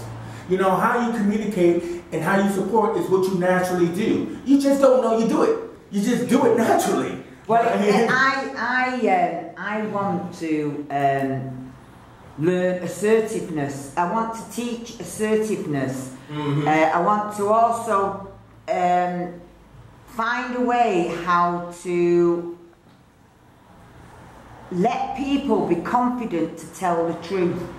For example, yesterday, last night, I was at a meeting and a young person was talking about finding it difficult to say that she's angry with somebody. you can be angry with somebody and you can say it without it being dramatic or hurtful. You can find the words to say, I'm not happy that you keep putting sugar in my tea. Yeah. Without going, fuck, hey, stop fucking putting sugar in my tea. Yeah. You can, I'd love to be able to do that. Okay, so here's some advice on that. Advice on being open, right? What did I do? How I started this avatar thing. I shared a bit about me. Yeah. Right? It's what we call transpersonal psychology.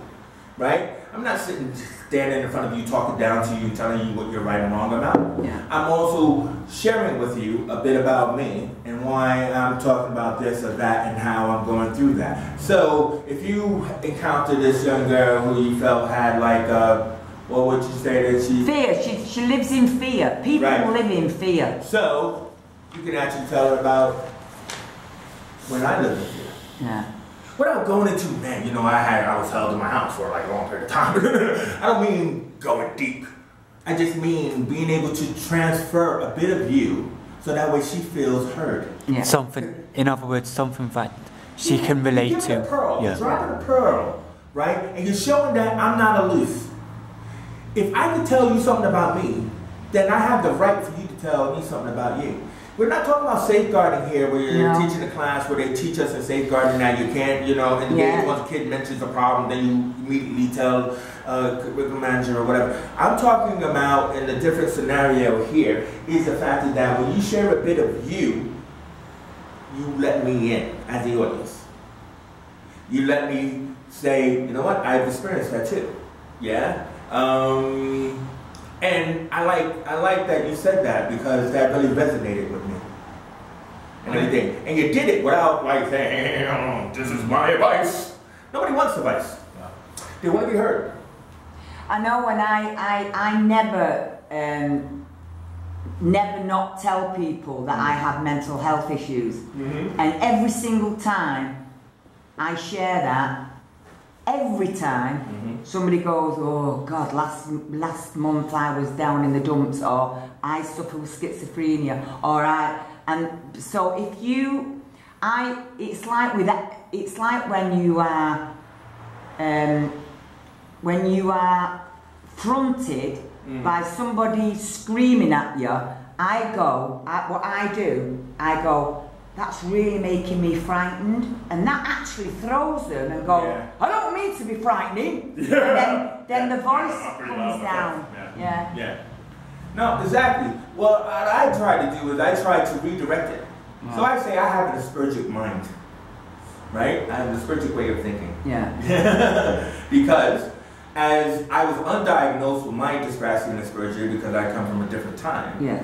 Right, my son is diagnosed, and because he's a clone and everything he does I did and do, right, then I realized, oh my God, I have it too. Not, oh my God, like, oh, I'm gonna die, but I have it too. This is a light bulb moment. Yeah. So what I do is I use it. You know, I know that sometimes I can be random or sequentious or multitaskable or whatever, all those different things, but I'm also hoping that me saying that inspires you to realize that you can control what you do and how you do it. Yes, that's my man behind the camera. So like the whole point about it is that never feeling bad about some diagnosis that someone else decides who you are. You decide who you are. Yeah.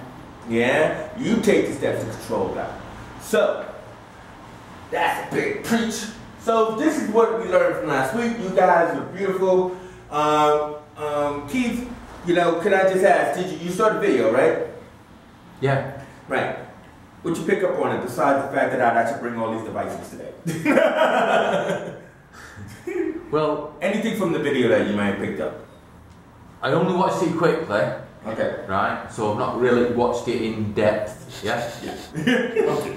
So I'm not gonna... Okay, cool. So the point is this. Right? All the lectures is this. So when people step in, they're jump on points, you know? I mean, it's just that it's because there's different classes going on at the same time and they're all readily available. But, you know, I'll just end this bit and then we're going to go into a podcast. It's like, Margaret Mary, you said at the beginning, there was something you wanted to know and you were talking about cookies, right? Yeah. So why do you want to know about cookies? Because I'll tell you about it, but why do you want to know? I want to know because it keeps flashing up on my computer or on my tablet or whatever, and it goes, do you want to allow cookies? And I want to stop that if it's, apparently I've learnt today it's a virus. No, it's a tracker. It's a tracker. It's a tracker for viruses. It's a it tracks the websites you're going on and then sends you adverts based on whatever website. So say if you're going on to Boots and looking up girly stuff, it will start sending you adverts about makeup or something. So it tracks every website you're doing or everything that you've viewed. But you still don't want them to. You still don't want them to. No, right? no. So this is the problem with social media is that for now it's free. So for now they say you have no choice, right? So for now they get paid by advertisers. So you're wondering how they make money. How does Netflix make money? How do people make money? They offer all that free stuff. You know, they're being paid by the advertisers. So if you have a particular large subscription base, they want you because they figure if you are having their ads like on your page or whatever, something like that, then you know they can oh well my ad is on there and there's like over 1,000 people on your page. Not yet, but it will be. Also, like Jamie just said, is that it allows them to weave in advertising. It allows them to track your social mobility. Now I understand because Keith. But they use a nice word like cookie. Well, Keith had sent me some information about a car, and I went and checked it, and then since then that same bleeding car keeps not the exact car, but loads of different cars of that make keeps popping up, and I'm going, I've got a car now, I don't want no more, so can I stop that? No. All right. You can try, but unfortunately they will find another way to get you. I mean, the point is like it doesn't fully hurt you, but cookies do lead to viruses. Jamie. So that's why I said it. Yeah. You know, because like certain sites, you know, that you go on, you know, like the cookies can actually open back doors, right? So viruses don't have to just be viruses that eat up your material or your metadata. It allows all this content to come in that you didn't ask for. Okay. But that's still considered a virus. Isn't there the possibility of possibly getting like a pop-up blocker that could possibly prevent it? You can get a pop-up blocker. Yes, you can. But the thing about it is that they will find a way.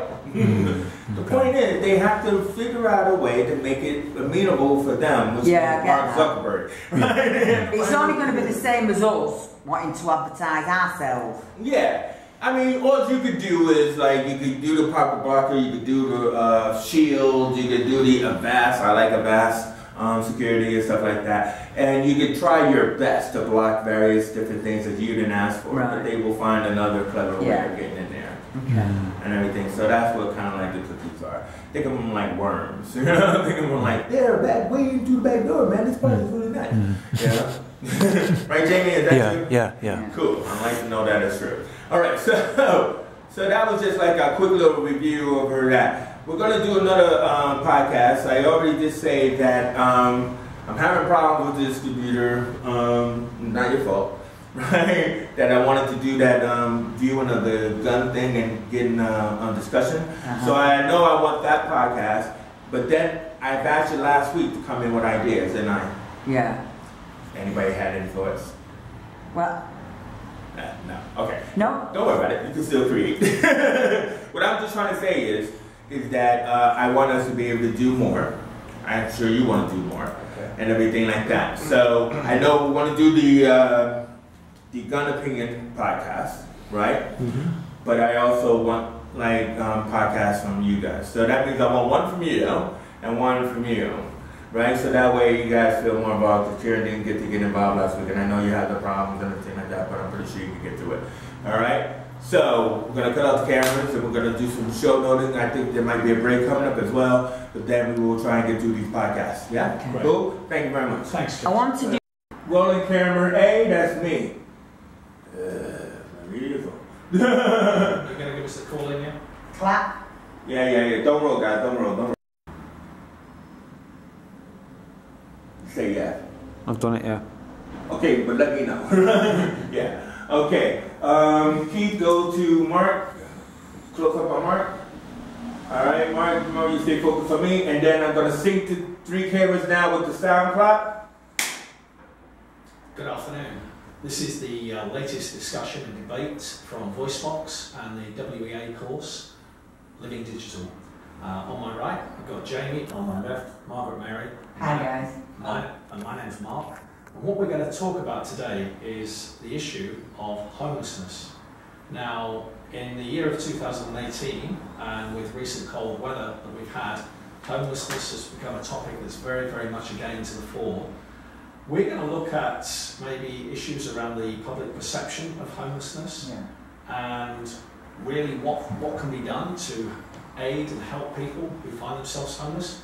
So maybe to kick off the debate, Margaret Mary, I'd like to invite you to perhaps give us your idea of how you think that people that suffer homelessness are being viewed currently with some of the things that have been said in the media recently.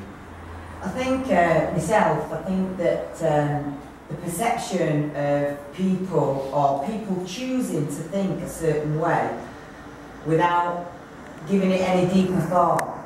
So my example is that some guy is in bed with a quilt all around him, he's got a cup of tea in his hand, and he's watching TV, and then all of a sudden he thinks to himself, it's a bloody good idea. Do you know what? I think I'll live in the street.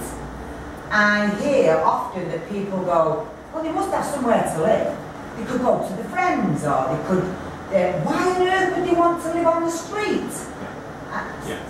Beyond me. Thank you for that, yeah. I mean, I think, Jamie, I don't know what your thoughts are about what Margaret Mary is saying, but it certainly seems to be indicative of a view that is really blaming homeless people for their own plight. Yeah. So, do you have any thoughts about that, Jamie? Well, the thing where I'm a bit confused with is the fact that sometimes homeless people can take advantage of the benefits that they have. For instance, there was an incident that happened on that was showcased in Bernard News.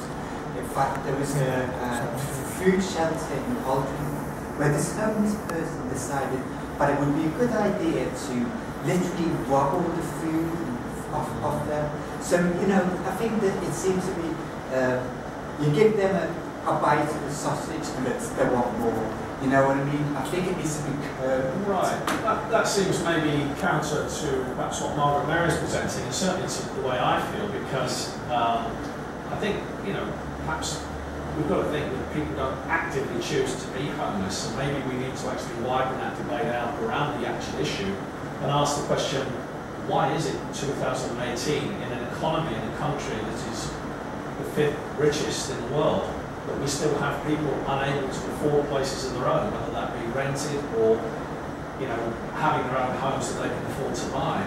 Do you see anything in the discussion there that you might want to comment on? Well, isn't there a policy now that the government's all for sharing homes or something?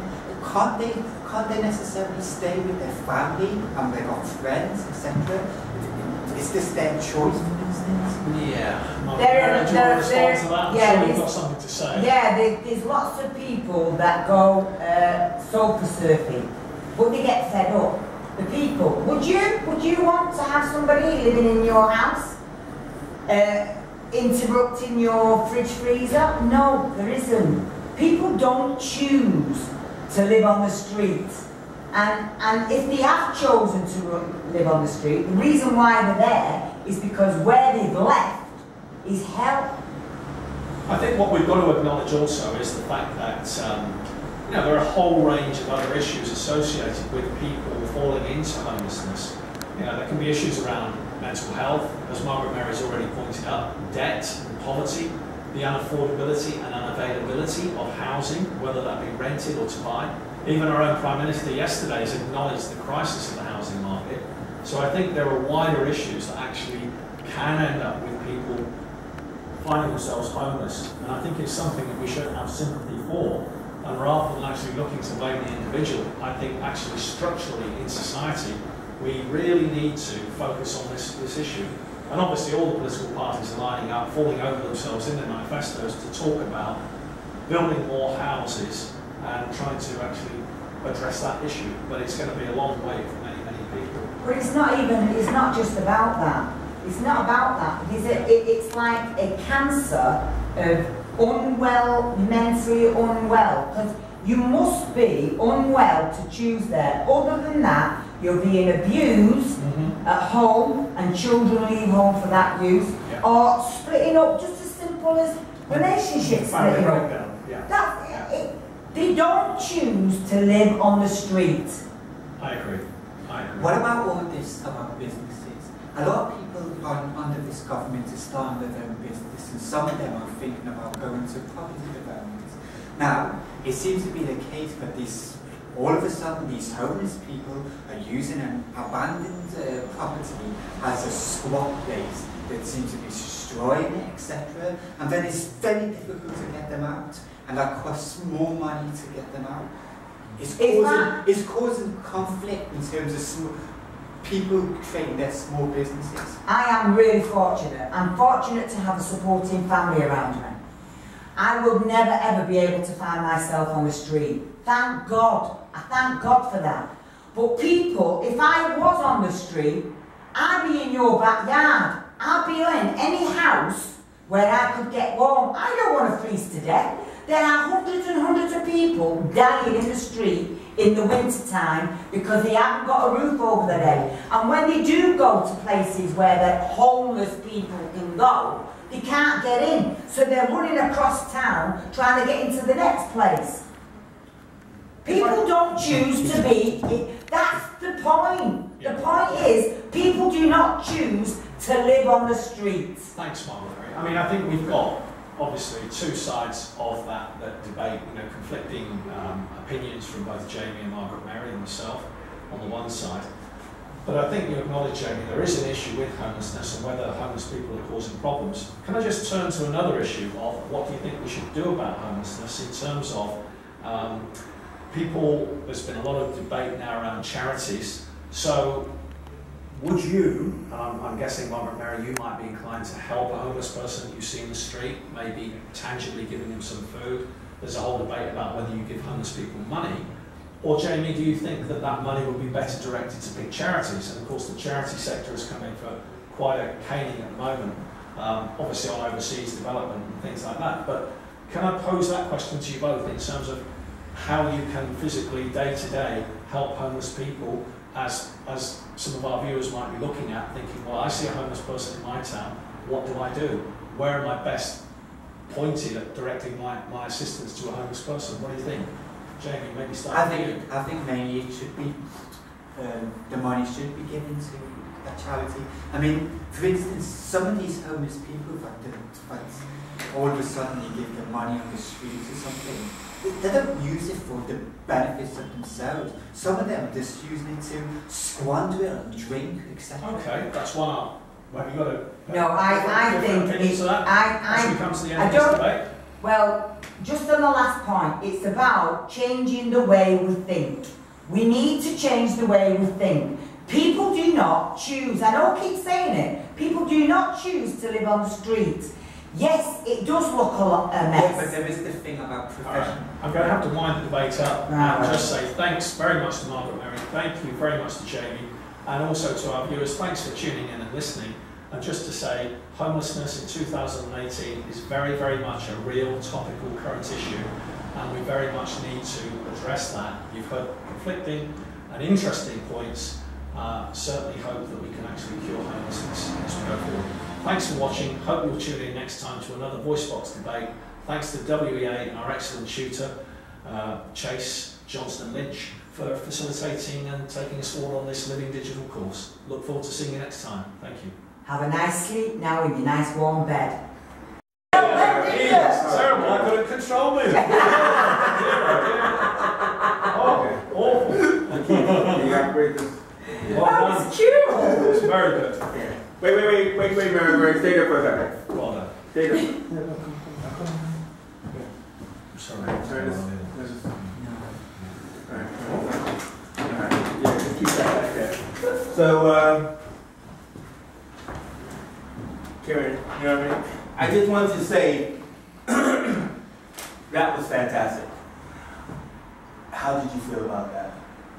I felt a little bit like I didn't have it under control at all, and I didn't know how to respond to Jamie, who was playing a great part there. And you know, I will get into that great part he played. Yeah, and I felt that maybe sometimes the conflict was growing too much, and I wasn't like kind of bringing people in at the right times and stuff. But you know, hey, it was good. There was lots going on in that conversation. Dude, I have to disagree. You moderated very well. I thought you were right in between the two.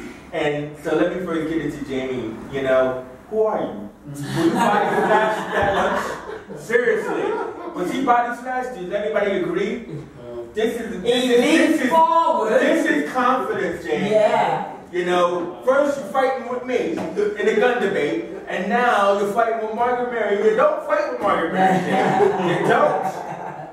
And you're like, well, wait a minute, hold on, I have to think. I don't know if this is really what you think. It could be, right? But it was fantastic. Yeah, I thought so. And also, too, Margaret Mary, your passion was also well seen in that as well. And I thought that you were able to prove that people can have a difference of opinion without going at each other. Yeah. I think both of you did present a pro and con of the argument, but you were very contained, controlled, and effective.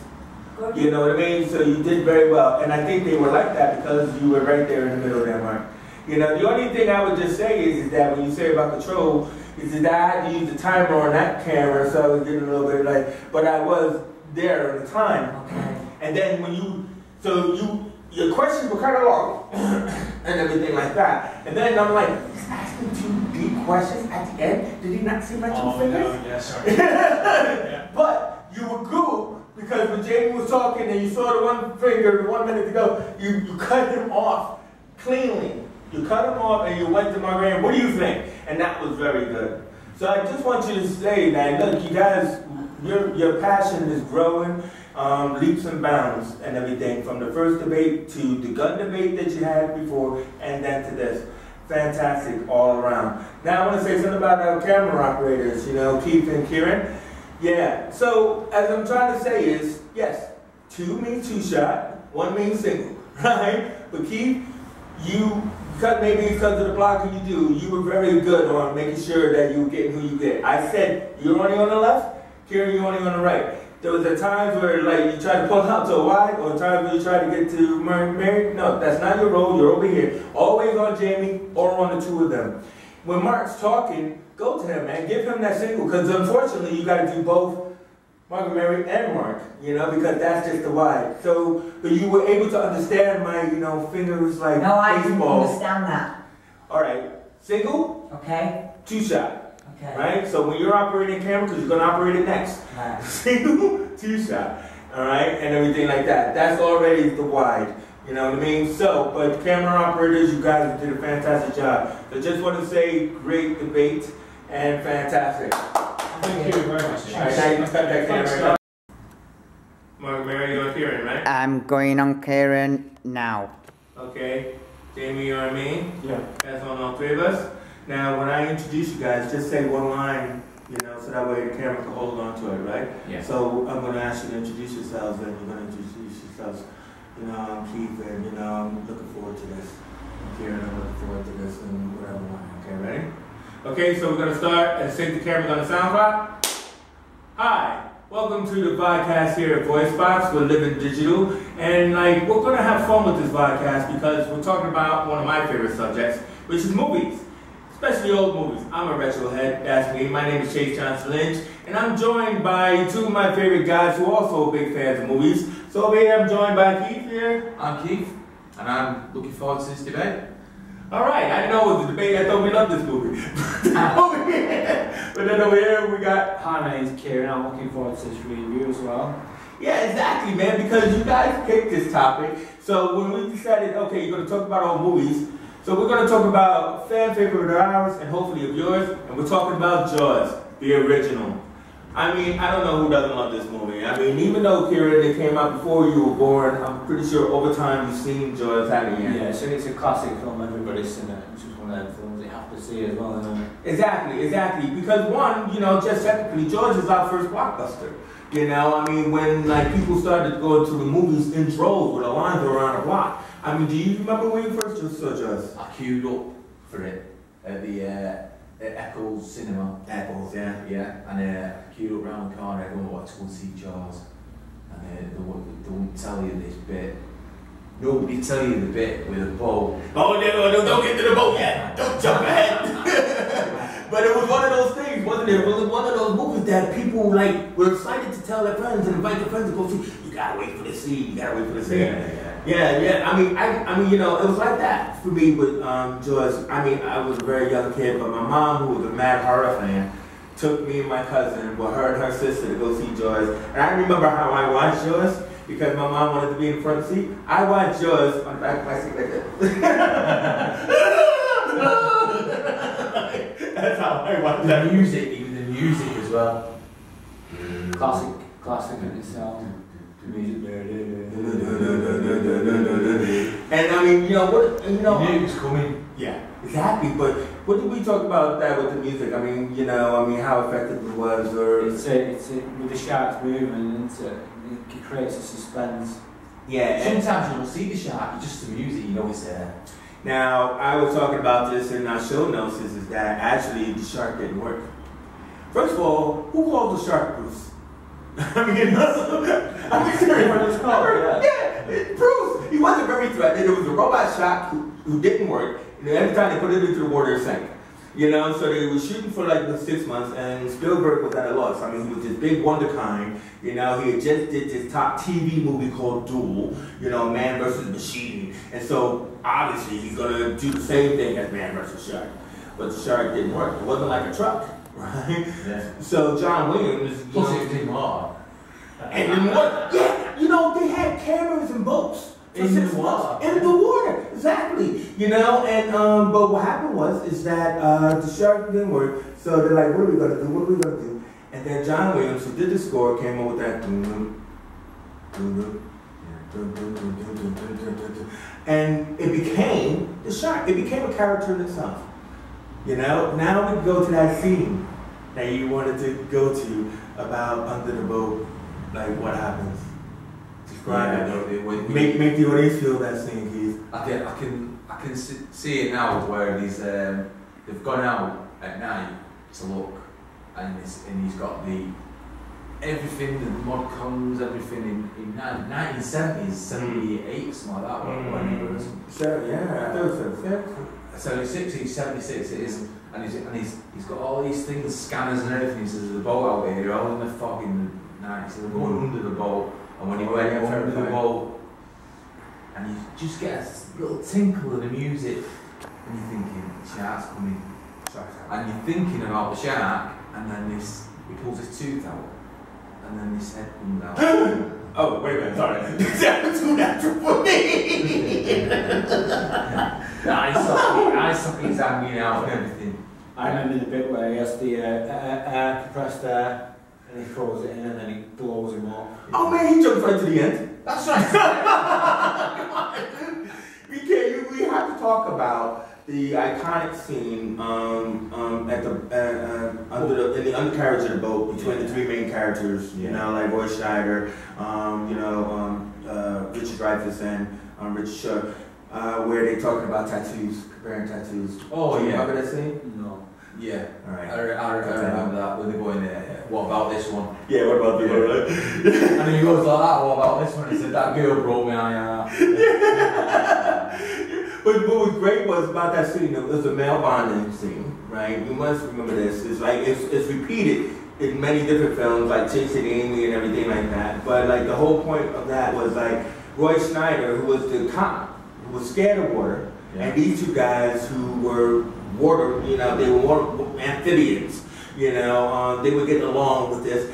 But what he does is he doesn't have a tattoo. He doesn't have a scar. So it's just a moment that like Spielberg cuts to him and he goes, "Nah, I'm not gonna tell him about that." Yeah. You know what I mean? Well, how long you got Quinn? Yeah. Who was the like? He was the old salty dog. The man. Yeah, the man. The hunter. What do you mean? Still soft and all that. Yeah. Yeah. and you got the one who don't like the water. You got the Brody, and he's got the other one, and you can see a scene there, and he's going, they're looking at each other like sussing each other out, and one's got a can, and he goes like that, and he crushes a can. And you got the one who's been in college, who's got all the backgrounds, and he's got a plastic cup, and he goes, drinks his and goes, with a plastic cup. Yeah. So let's go to favorite scenes, because we talked about the shark didn't work, but there was one moment when the shark first appeared, when Roy Schneider was putting the chum in the water, putting the blood in the water. Yeah. And he's arguing, and they're bored. They're out there, and he goes, "Yeah, come down here and chomp on this shit," you know, right? And then the shark comes up, you know what I mean? Yeah. Do you remember that scene? Oh. I do. When he comes up and steps back, and the film goes like that. The camera sort of goes back on him. Yeah, because he backs up, and then everybody else slowly realizes that he must have seen something and everything, and that's when the movie takes off with the whole big chase. I think we need a bigger boat. I think we need a bigger boat. No, see, now he remembers, I think we need a bigger boat. That shark's bit, right? And everything. So, I mean, classic movie, great popcorn film and stuff like that. But what I want to say, what you brought up about the ending sequence. Right. Considering it's a film that's from the 70s, the ending, when the shark does actually get destroyed, it's very well done, isn't it? It looks really realistic. Yeah. Ahead of its time. But, well, actually, that's what I want to say is that as a filmmaker, Spielberg got to shoot that shot before in his first film, Duel. Yeah. So in Duel, which was Man vs. Machine with Dennis Weaver, named David Mann. Duel. Yeah. And so when he, finally, he psychs out the trucker, and the truck goes off the cliff, right? And it's like, and the soundscape of this was amazing. So it's all the smoke and crunchy machine going, it felt like a beast dying. Yeah. Right? But he repeated, and he said this, if you get the DVD and the commentary, he repeated the same sequence for when he blew up the shark. So when he blew up the shark, then the shark is sinking in the water, again with the big smoke, and it's making the same sound. He used the same soundscape. So it was really well done, exactly, but it was him being able to repeat himself, create a masterpiece, the first blockbuster, and it's still one of the top films of today, despite when it was made. Is it out in Blu-ray? Yeah. Brought out on quality. Yeah. And there's so many different, commentaries, if you like that, which I do, which is why I know a lot of behind the scenes stuff. And it's just a fantastic film. It's one of those that are in my top 10. It's the other thing is it's got a lot of sequels as well, but they're nowhere near as good as the first one, aren't they? Well, I will say that Jaws 2, I love Jaws 2. Yeah. But 3, 4, 5, and 20, I don't think of. 3D, no. But Jaws 2 was when they put a bunch of kids out on the water, and Brody had to go back into the water to save because his sons. Yeah. So he had 2 sons of different ages, big brother, little brother, and the little brother convinced the big brother to take him out there. And so when the shark attacked, then they all got these little skimmer boats. You've seen this movie so many times, right? As a kid, say. Have you ever been swimming in Florida? No. You haven't? No. Why? I don't like ocean swimming because I grew up with my head turned to the back. You know what I mean? No. Well, I like to think I am an aqua shark. I love swimming. I love pools. I've been in well, no one else apart from my daughter going in water.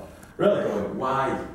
See Jaws. And I'm going, you know what, man? I'll admit, I got on a jet ski once, and thought I was cool. I had the girl on the back and everything, and we flipped over because of the waves. Yeah. And of course she swims back, and I'm like, hey, I'm gonna get the jet ski back. Last trip in the ocean for me. Yeah. But I enjoyed this. I mean, did this at least inspire you to say, you know what, I'm gonna check that out again? Yeah. Yeah, I mean, it is a classic, and I do recommend, Jaws you know, I hope like if we do this again, that, you know, we can talk about other films that we recommend, you know, because I mean, you know, you enjoyed the Independence Day, I like that. I like that as well. The first one, the second one was a bit rubbish. The first one where the Don't even think about the second one. the ship was just coming out and that, and what's the actor called in his bed? He goes bang bang, aliens. He doesn't know what he's on about. Then he looks up and there's that big spaceship. Funny thing is, like, they decided to kill, they get rid of the aliens with a virus. And I think the virus was on a floppy disk or something. Yeah. That shows you how old that movie is. But, 96, I think. yeah, it's still old as far as computer technology is concerned. But, I mean, yeah, Independence Day is a great movie. Blowing up White House, who wouldn't want to? So anyway, I want to thank you guys for joining me and letting everybody know about our love for these retro films. George, great classic. So I just want to thank Keith for joining us. Yeah, you're welcome, man. Thank you for joining me. Yeah, well, hey, anytime. And also, you know, we always need a youngin', you know. We got to educate somebody, so I want to thank you too, Kieran, for joining us as well. All right, yeah, exactly. So, you know, thank you guys for watching. I want to thank our camera crew here at Voice Spots. We're interested in making these podcasts and, you know, continuing to bring great films. I'd love to go a little bit more retro, talk about Twilight Zone. They want to talk about Independence Day. Next time I won't be here. You know what I mean? But classics all the way. Well, thank you guys very much. Thank you guys for joining us. Voice Spots. You know how they film as well, man. We only need to. So, what did you guys think of the podcast? It was a subject which was easy to talk about and went quite well. Talk about different things. Yeah, no, exactly. I mean, even but what I liked is even like you couldn't remember different elements of the film, you still had a love of the film. That you still had something. Did it help you to talk more about it then because you knew the topic? Maybe it wasn't Independence Day, but next time. Maybe next time. Yeah. What about you, Keith? What did you I like doing stuff like that and talking about like I love that film. You know, it's my favourite film. Ask my kids, we go home, Jaws. Like, yeah. You know, if it's on the telly. But it's just like I like films that shock you. So, do you remember your first shock of it? And that was one.